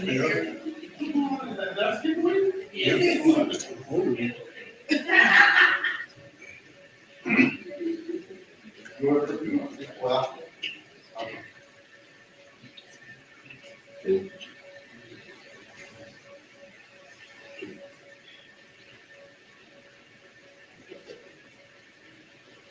Yeah, we're together all, we're together all next week. The week of the 1st of April, you'll be out. You'll be out on pause, okay? And then we will recommence,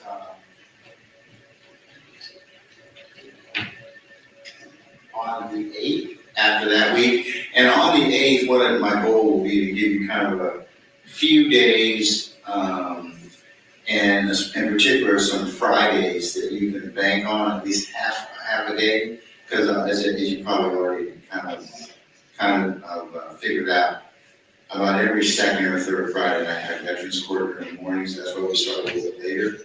So I'm going to try and give you those dates through the 1st of July or thereabouts, so you can go ahead if you need to book something that morning or whatever else, you know, hey, I can do it. How about that? And I'll try and tell you the other dates that I know that we will be taking a pause on those days, so you can go ahead as much as you can through, I believe, I want to say July, first part of July. We should be able to kind of give you some kind of for which days we will be actually holding court, okay? All right, what are your questions to me? Anybody? Okay, leaving no pass in the basket.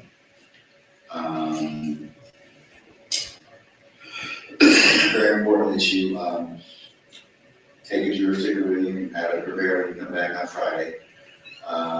Don't discuss what you just already heard and full well this court with anybody. Do not do any extra research, or you can only consider what's presented lawfully in the four walls of this courtroom. Please don't discuss anything that we've had amongst yourselves or with the third parties. And if anybody, third party should try and talk with you about this case, in the presence or hearing, or reach out and try and talk with you, that you would need to as well, contact myself and start meeting with you.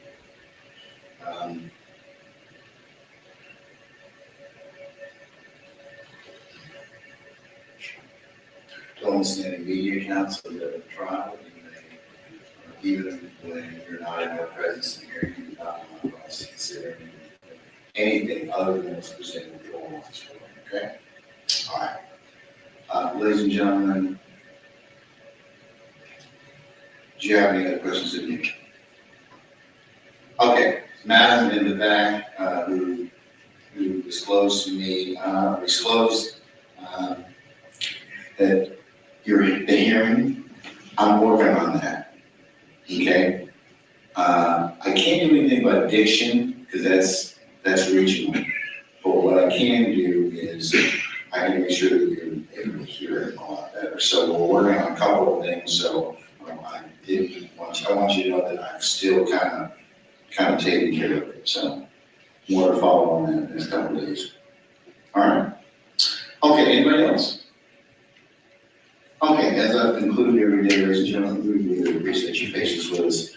Further appreciate the attention and the diligence you've given to our, in this case, in our matter.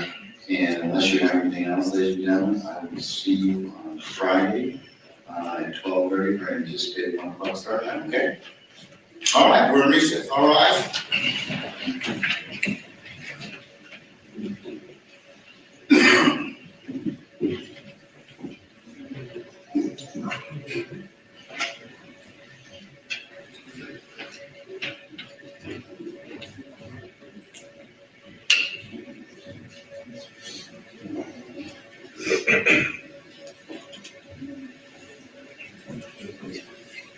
All right, ladies and gentlemen, please see our jury is left us.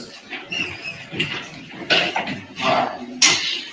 Any other minister inquiry or anything else that you need to state? Not mistake, Your Honor. Anyone else? I do, Your Honor. Yes, Mr. Steele. Your Honor, I don't want to waive anything, so I know the Hardy rule, but it sounds like I'm waiving. I want to adopt the exclusions of 175C, Charlie? yes, D, Charlie Delta? CD, and as well as CE. Charlie Echo? I want to adopt in total the Honorable Max Sharp's argument, but with that being said, then my backfall is the redaction, like we said. The second thing is, because it's going to be a break until Friday, I have to renew my motion for a mistrial before the next question is asked, and this Honorable Court again preserve it, that I raised it, and I don't need to do that. You did already. So as long as I preserve, I don't want. I'm going to give it to you as well. You've already preserved that and already. Thank you. Okay. Anything else? Not on behalf of Mr. All right, then on 12:15, I need everybody, the lawyers, as well as I'll make sure your clients and your counsels, we're going to take up that 12:15. Okay, so make sure you eat before then, and we'll go ahead. We'll take care of that. Should be able to rule on it. State you should have at least have a reaction ready, Yes, Your Honor. just in case. Yes, Your Honor. And we will take it up at that point in time. Okay. Yes, Your Honor. All right, we're in recess.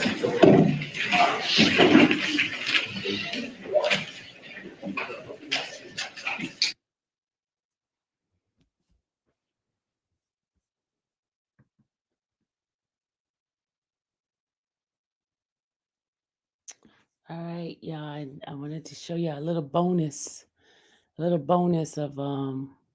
Mr. Steele. 1 second. I thought this was really, really, really,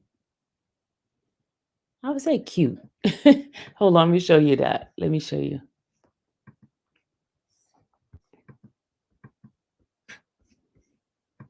Let me show you.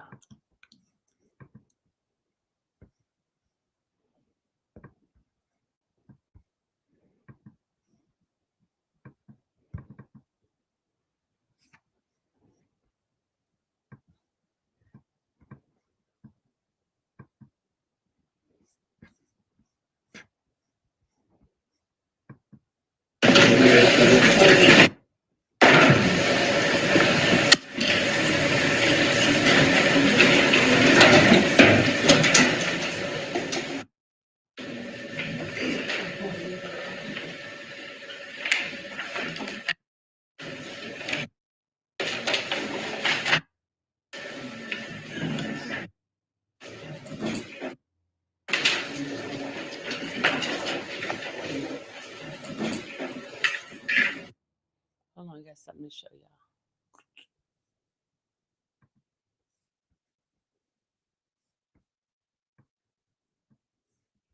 Thought this was cute. It's just a short share for a minute. Hold on.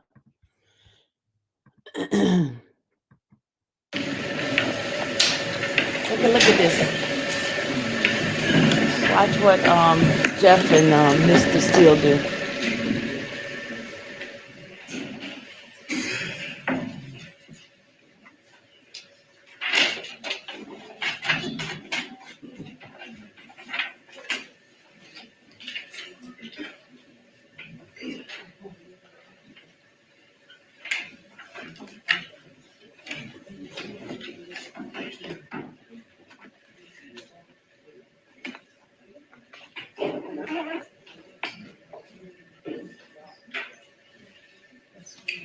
Watch this. Watch. Ready? Look. Watch.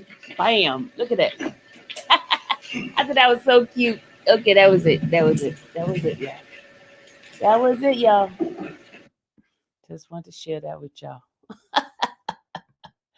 All right, let's stop here. Okay, good people. Any questions? Any AR said she wanted to do a commentary behind this.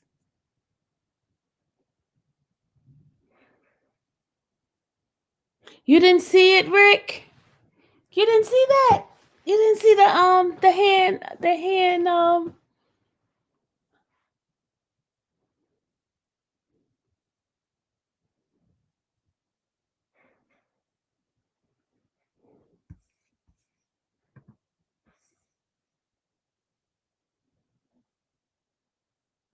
how I feel yesterday when I walked in, remember guys, I was inside the chat and I said to you guys, I felt the tension.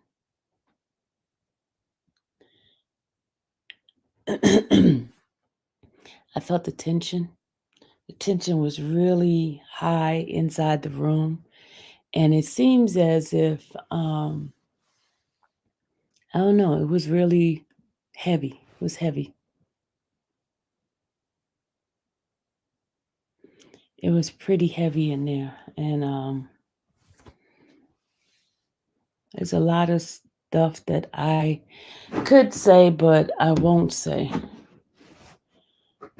But I just tell you that the tension is really high up in there.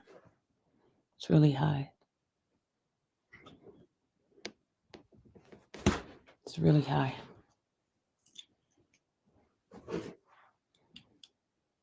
And it could be because everything that's going on with the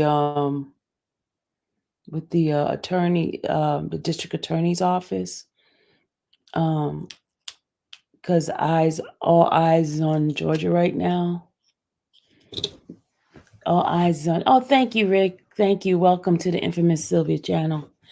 I'm just gonna give a couple of updates to those who's just coming to my channel for the first time. I see that I have a good amount of new subscribers. Shout out to you guys from I think Twitter, right? Is it Twitter that I'm getting all these numbers from?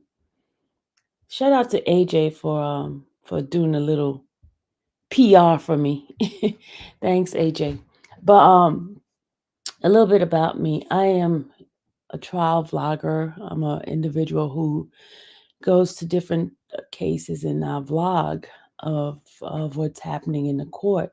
And sometimes I take a little bit of I share a little bit of my experience with you guys. I am not what you call per se a journalist, and I'm not exactly a blogger. I'm an individual who wants to share her experience in the courtroom with the people, because a lot of people are not able to be in the courtroom. I'm like your eyes and ears. I'm like your eyes and ears. You want me to do a talk, members? I think I will. I definitely need to do a members only live because I haven't done one in a while. But I'm what you call your eyes and ears of the courtroom. Um, I try not to have any kind of one sided opinion. I try to be as neutral as possible. But when there are some things that's just blatant, I I rather have your voices be heard. You know what I mean? The justice system is not fair. Justice system is not fair. I don't care what nobody say. It's not fair for people who are of color, whether brown, yellow, um, people that are disenfranchised, as in financially not capable of having attorneys, paying for attorneys, how they get slighted by the system. And I just basically show you guys what it is like, what happened to people that don't have the resources to help, to be able to fight a good fight. Okay. I always say this statement that an attorney told me. The attorney said, it is better to be a guilty rich man than a innocent poor man. I'm going to repeat it to you guys. An attorney told me that it is better to be a guilty rich man than an innocent poor man. A lot of times, and when people are brought cases on them and they really, really want them, what they do first is drain them of their finances. Drain them of their finances, then they can't fight a fight. Okay. When you have finances, you're able to have the best of the best. You're able to have investigators that can check out every ounce of the case. You're able to have your own um, forensic experts and all that kind of stuff.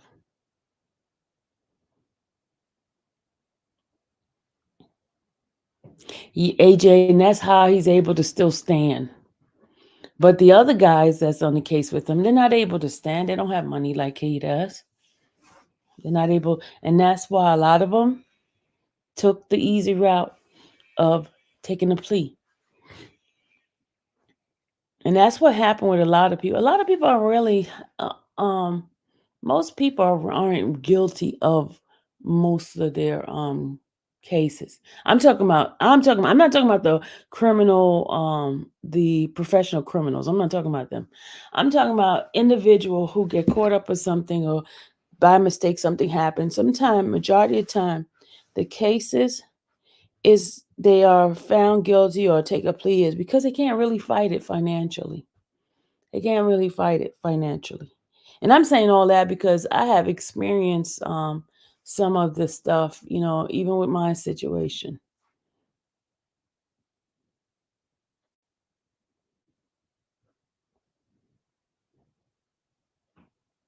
I can't count his pocket, but me, Williams, have support.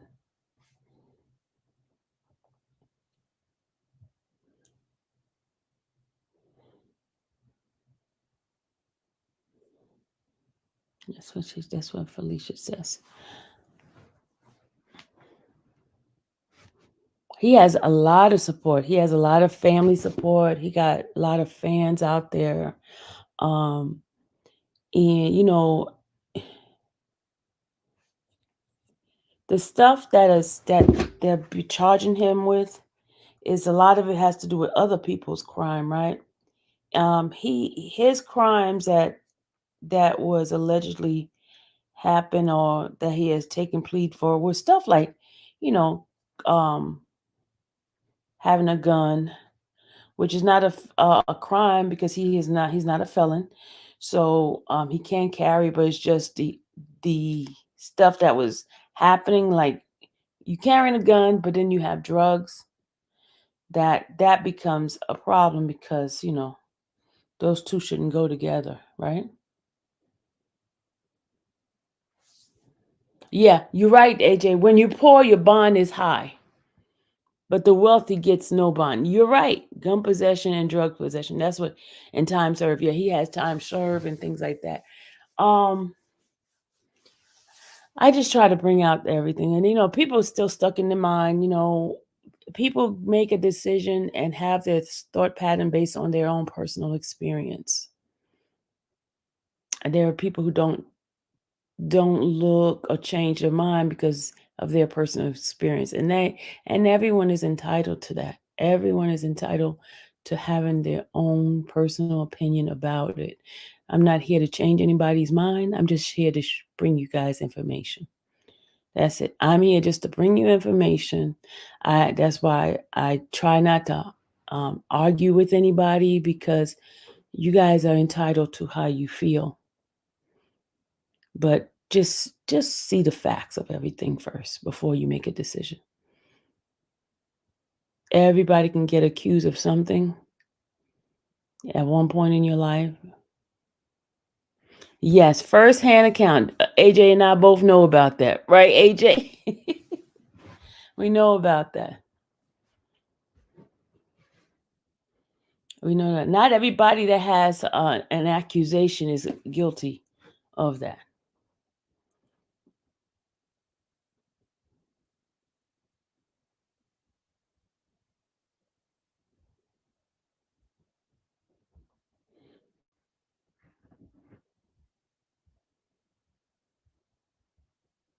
But I thank every single one of you, white collar, blue collar, yeah. So this is an open case to the public. So if I wanted to come, I could. Yeah, you can, Lynetta. Yes, you can. But let me just tell you, the courtroom itself, the main courtroom itself, they have a limited amount of outside people could be in there. They have a limited amount of news people could be in there. They have a limited amount, well, media, limited amount of outside people and a limited amount of family members inside. But they do have an overflow if you want to sit in the overflow to observe. But when you do come in, you can't have your phone. Your phone is going to be taken away, and put inside of a pouch. You could bring the phone inside with you, but it'll be inside of a pouch. And also, you must submit your driver's license. Now, if you have something going on with your license, if your license expired, or you might think you might have a warrant, I suggest you not come, because let me tell you, once they have a ability to run your license, just be aware. Okay, they take your license.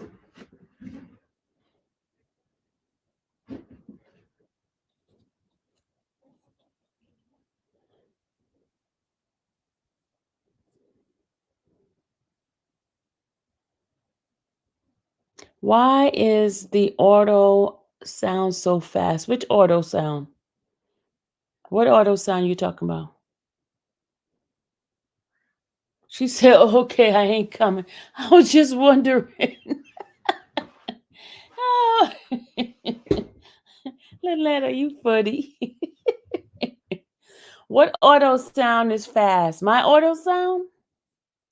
My auto sound is fast. It's the first time I've heard that. So how was Beam able to sit on that stand and say that he don't remember? It's crazy to me. Well, he did, and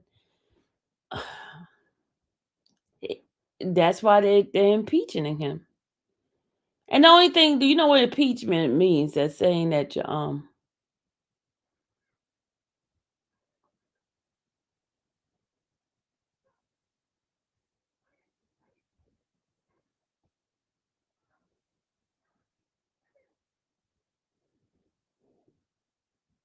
oh, my audio sound great. Okay, thank you, Almeric. Okay. It must be Jane Doe's computer, because I haven't heard that with anybody else. Now, if everybody was saying it, then I could understand. That's why I would usually ask my mod, "Hey, mod, is something going on? Do you hear it right?" Because they'll send me a message that something's going on. They'll call me or something like that. Him and Jeff get out at the same time, hit his time over this year, and I believe who AJ? Him and Jeff. Who him? No, what's crazy was him saying he was high and they didn't miss a beat. They just rolled right along.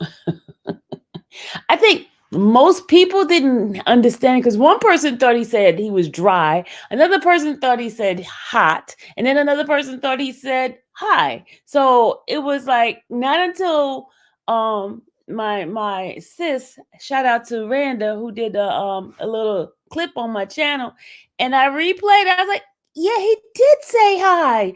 Oh my God.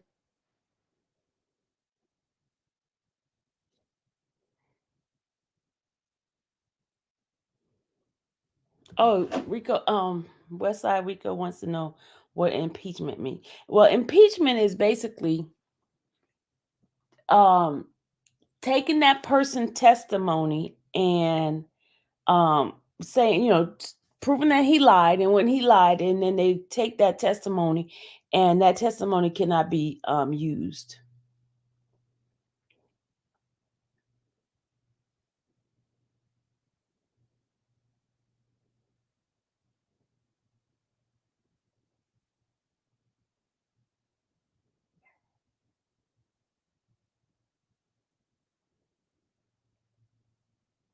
It's basically it's a charge of a crime, a charge of lying. It's I mean, there's two forms of it. When you're talking about somebody on a stand, because they have the impeachment for the president, and this is where they go through a process of saying that the president committed a crime, and then they go through the whole interrogation, and then they ask some questions, blah blah blah blah, right? And then they remove him from his position from office, right? That is a process for removing him from office. Well, in the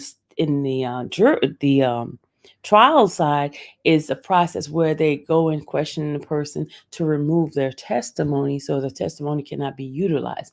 Sometimes the person may um, get a penalty for perjury because perjury is another part of it. Perjury is saying that this person is impeached because he lied, and that lie, they could have some consequence. It might be some time in jail or something like that. But with what they're doing right now, they're doing the process so they could remove his whole everything that has to do with him. It gets removed, right? The testimony, the recording that he had, that he was in there, anything that he has said gets removed from the actual trial. That means when it's time for the jurors to deliberate, the jurors cannot utilize anything that was said, anything they heard from that particular person. Okay?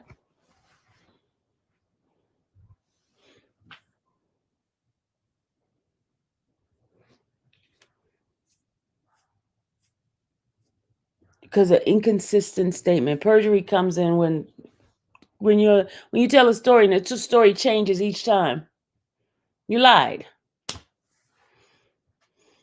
Okay, that was the layman's person of that definition. Now, if you want a true way of what it is exactly, you have to ask an attorney. I gave you my layman's terminology because an attorney may have it more eloquent in how it, the proper words of how it is. But from a layman's term, it's basically the process of eliminating someone's testimony during a trial. So their stuff, whatever they have said, is not going to be used. But when will it be known when impeachment decision? It will be known when they get ready to go into the jury deliberation. They'll tell them, hey, this testimony cannot use, or they will not give it as part of the paperwork that they give back to the jurors. And sometimes the judge may say to the jury, the testimony you have heard from blah blah blah person, do not think of that testimony. Most of the time with this case, half of the stuff that the jurors are hearing is going in one ear and going out because it's so freaking long. They might remember what happened. Hey, Shanu. Hey guys, hey go Shanu guys. This is my mentor, Shanu, my mentor in trying to get my channel, the thumbnails. If you guys seen some of the new thumbnails that I've had, like the one with Thug, where he's the one that's on my thing now. That's Shanu. That's his work.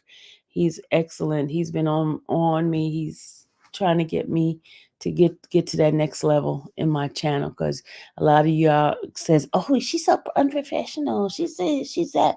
Well, he's helping me to grow the right way. Okay, so say hi to Shanu, y'all. This is him right here. It's Cheyenne, but I call him Shanu. That's his nickname. So anybody needing any kind of services like that for your YouTube or your social media, he is the man. He's the man. He's pretty good. He does oh, you're welcome.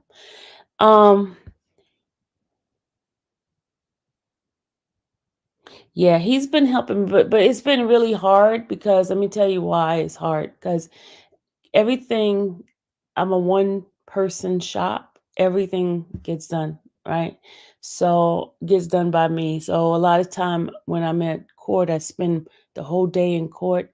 So the stuff that other people have, other people be able to do, if like the to channels that just get online and just give you commentary just from the behind the computer. They don't go to the courtroom or anything like that.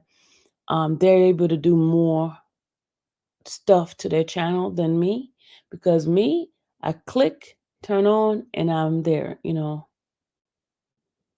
So and that's why my channel is not like the rest of the channels. Where I am boots on the ground. I spend the whole day in court. People are like, "Oh, how can you do it?" I love it. I love just being in the courtroom, just absorbing information and bringing it to the people. And I want to give right information, not that clickbait stuff and stuff that's not going to go anywhere. That's what makes bloggers and journalists two different people, because bloggers will put out fake news and lies and never bat an eye, and just giving you fake stuff, and then people thinking and believing this stuff, and it's not true. They just do it because you guys like um lies. You like people to lie to you. You like people to lie to you. Let's just tell it like it is. You like people to lie to you. But when you see something like mine, you're like, "Oh, you're boring. Oh, I don't like this. Oh, you're unprofessional. You're this." I've gotten so many negative comments about me. But here's the thing. I bring you the actual facts. I bring you actual news. I bring you I stick with something until like it's over to the end. Where the news people will give you stuff, but they only give you a snippet, because they have like other news cases to do. So they don't stick with anything. They just give you a clip of it, and then you be wondering, what happened to this guy? What happened to that case? Well, I'm the person that's going to stick with that case and give it to you all the way to the end. Right? Just like with YFN. Nobody really covered it. I was the only one in the courtroom. Nobody had covered it. And then at the end, you see everybody jumping on the bandwagon and telling, "Oh, they took a plea deal." I was there. I was the one that knew the plea deal was coming down because I was in the courtroom. I was there when they changed it and they redid this and redid that, and folks didn't pay any attention to it. They didn't look at my channel at all. But I was there. Oh, you're welcome, Tammy. Yeah, I got it so bad that people hate me so bad. I had to exit out and get back in to fix the sound speed. Okay, it was a thing. I got it so bad, y'all, that people dislike me so bad that they want me out the courtroom. That we won't talk about it. We won't talk about it. But when my case is over, we will have a conversation, y'all. We will have a conversation. We will have a conversation. People jump in. I noticed this. People jump in when action is happening. And when nothing is like really no action is happening in the case, you don't see nobody in the courtroom. Nobody's in the courtroom except me. I have tons of footage from the beginning since 2019. I've been doing this since not 2019, since 2021. Not 2019. My bad. It's been so long, it seemed like it's been forever.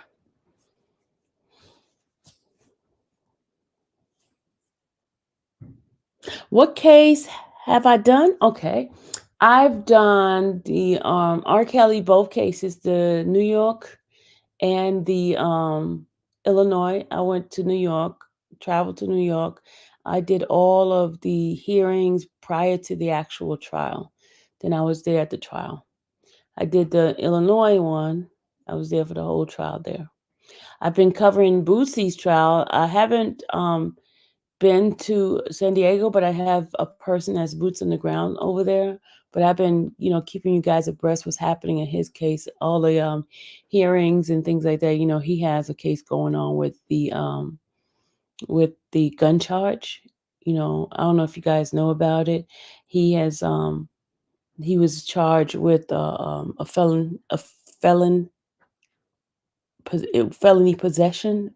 It means he's a convicted felon where he had a gun. He's not supposed to be around a gun or anything like that because his gun's rights was taken away. So he's been going back and forth to the case for that case, and it's in San Diego, California.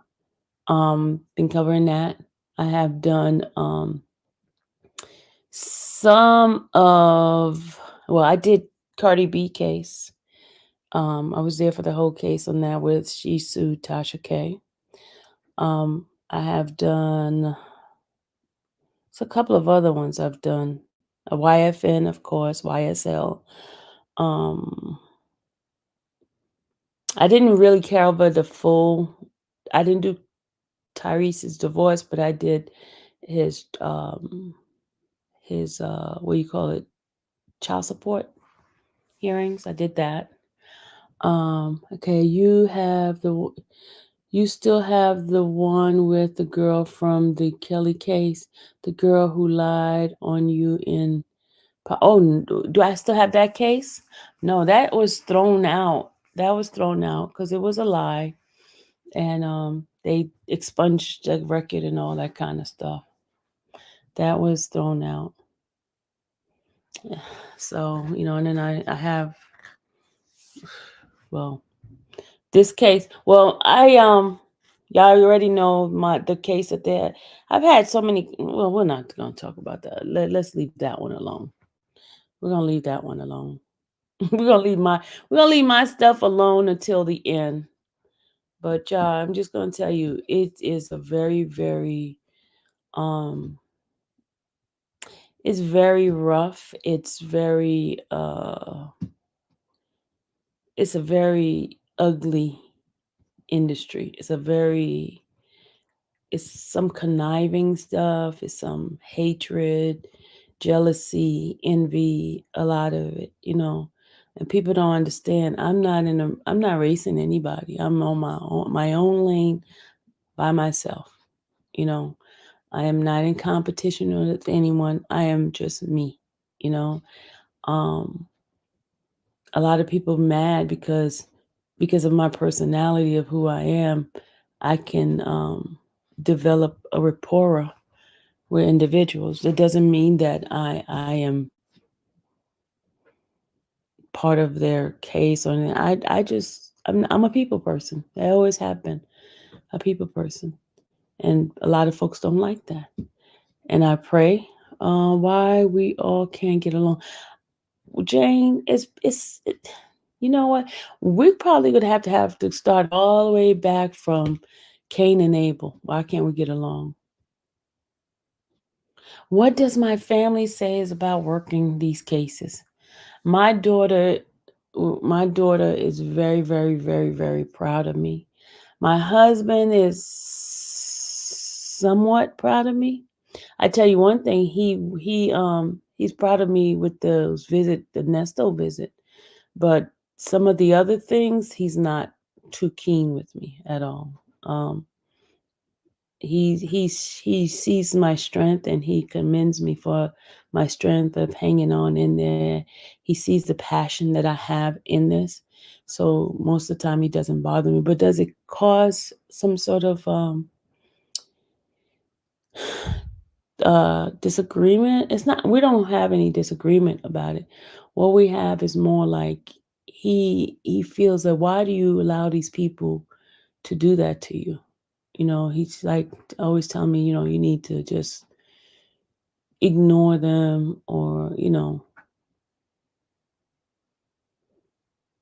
was there you was there from the beginning of the R. Kelly case with you?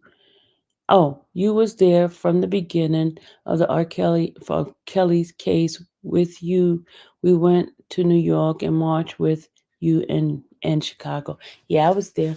Um, one, let me just tell you, my best friend, my longest friend in life, says to me, because she was never into the R. Kelly thing. She was.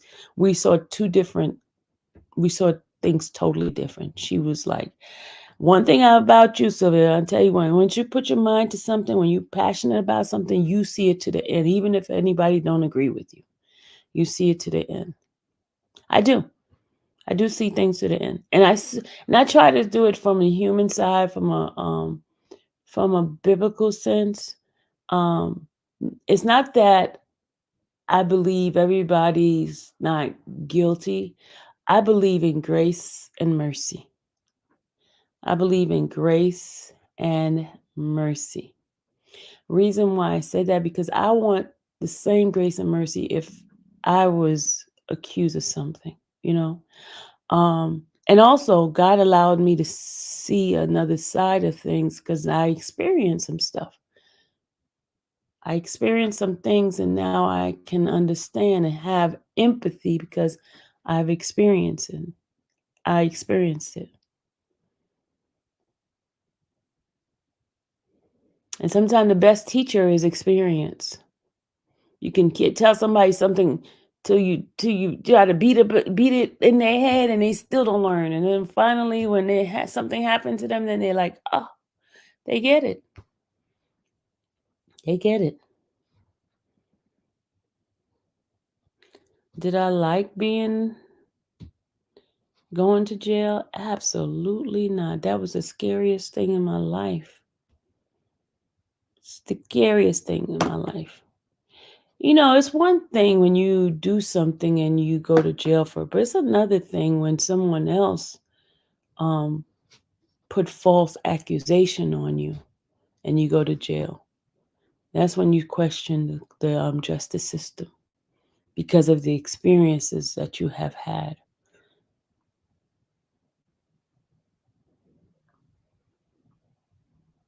You are speaking my heart. I'm so glad I came across your channel. Hey, Caprice Law, how are you? Are you an attorney? Capri, are you an attorney?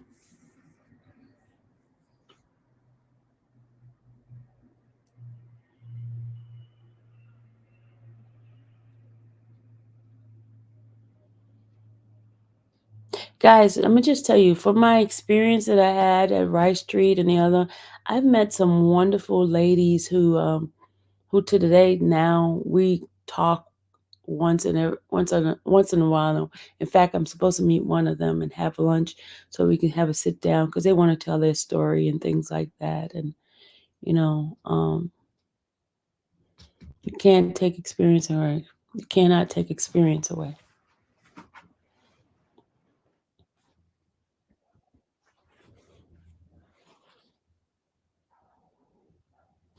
I want to address those people who claim that I no, I'm not going to address that. I'm not going to address that. It's a different live for that one. I think I'm gonna do a members only live to have some questions. Anybody have any other questions for me?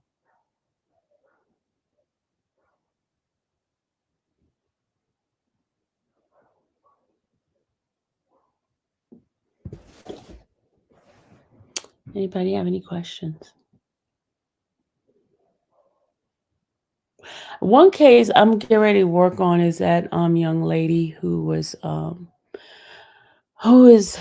nursing young lady, Riley. Her last name is Riley. Of her being when she was murdered by a undocumented immigrant. I'm gonna start doing that case. That case not too far from me. Um, I'm gonna drive all the way to Athens to cover that case. And then there's another case that's really close home. I've been contacting the court to see when he goes to trial. It's about the man. Remember the same time with that girl, Kylie, whatever was her name was, the one that lied about being seeing a little kid on a street, a baby on the street, and she was kidnapped. Well, during that time, there was a lady here in the Conyers area that was murdered by her husband. She went missing, and no one was paying attention to her. She ended up being killed by her husband, and I'm gonna do that case. Did I discuss the Ernest video? I haven't even discussed Ernest, but I guess you want me to discuss Ernest. Well, you know what? I'm gonna end this.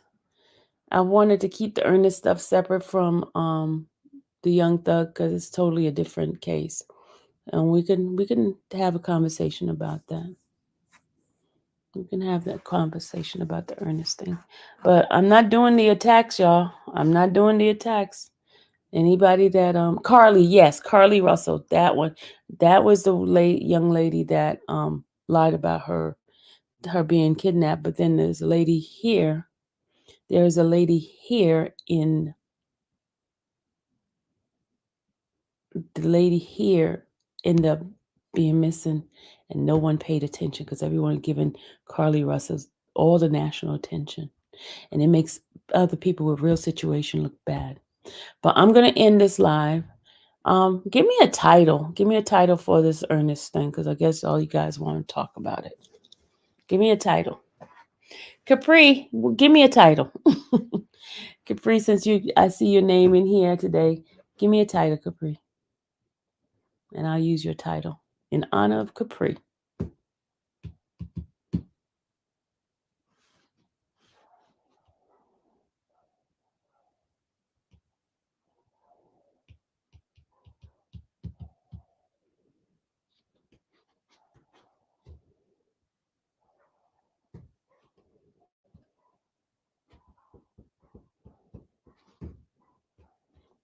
I'm waiting, Capri.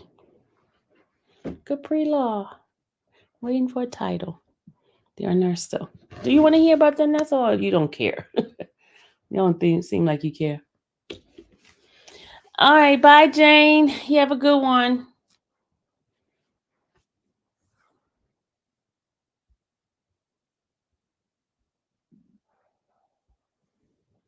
All right, I'm gonna end this, and I'll be back. I'll be back. Let me do my music, my ending music. Hold on.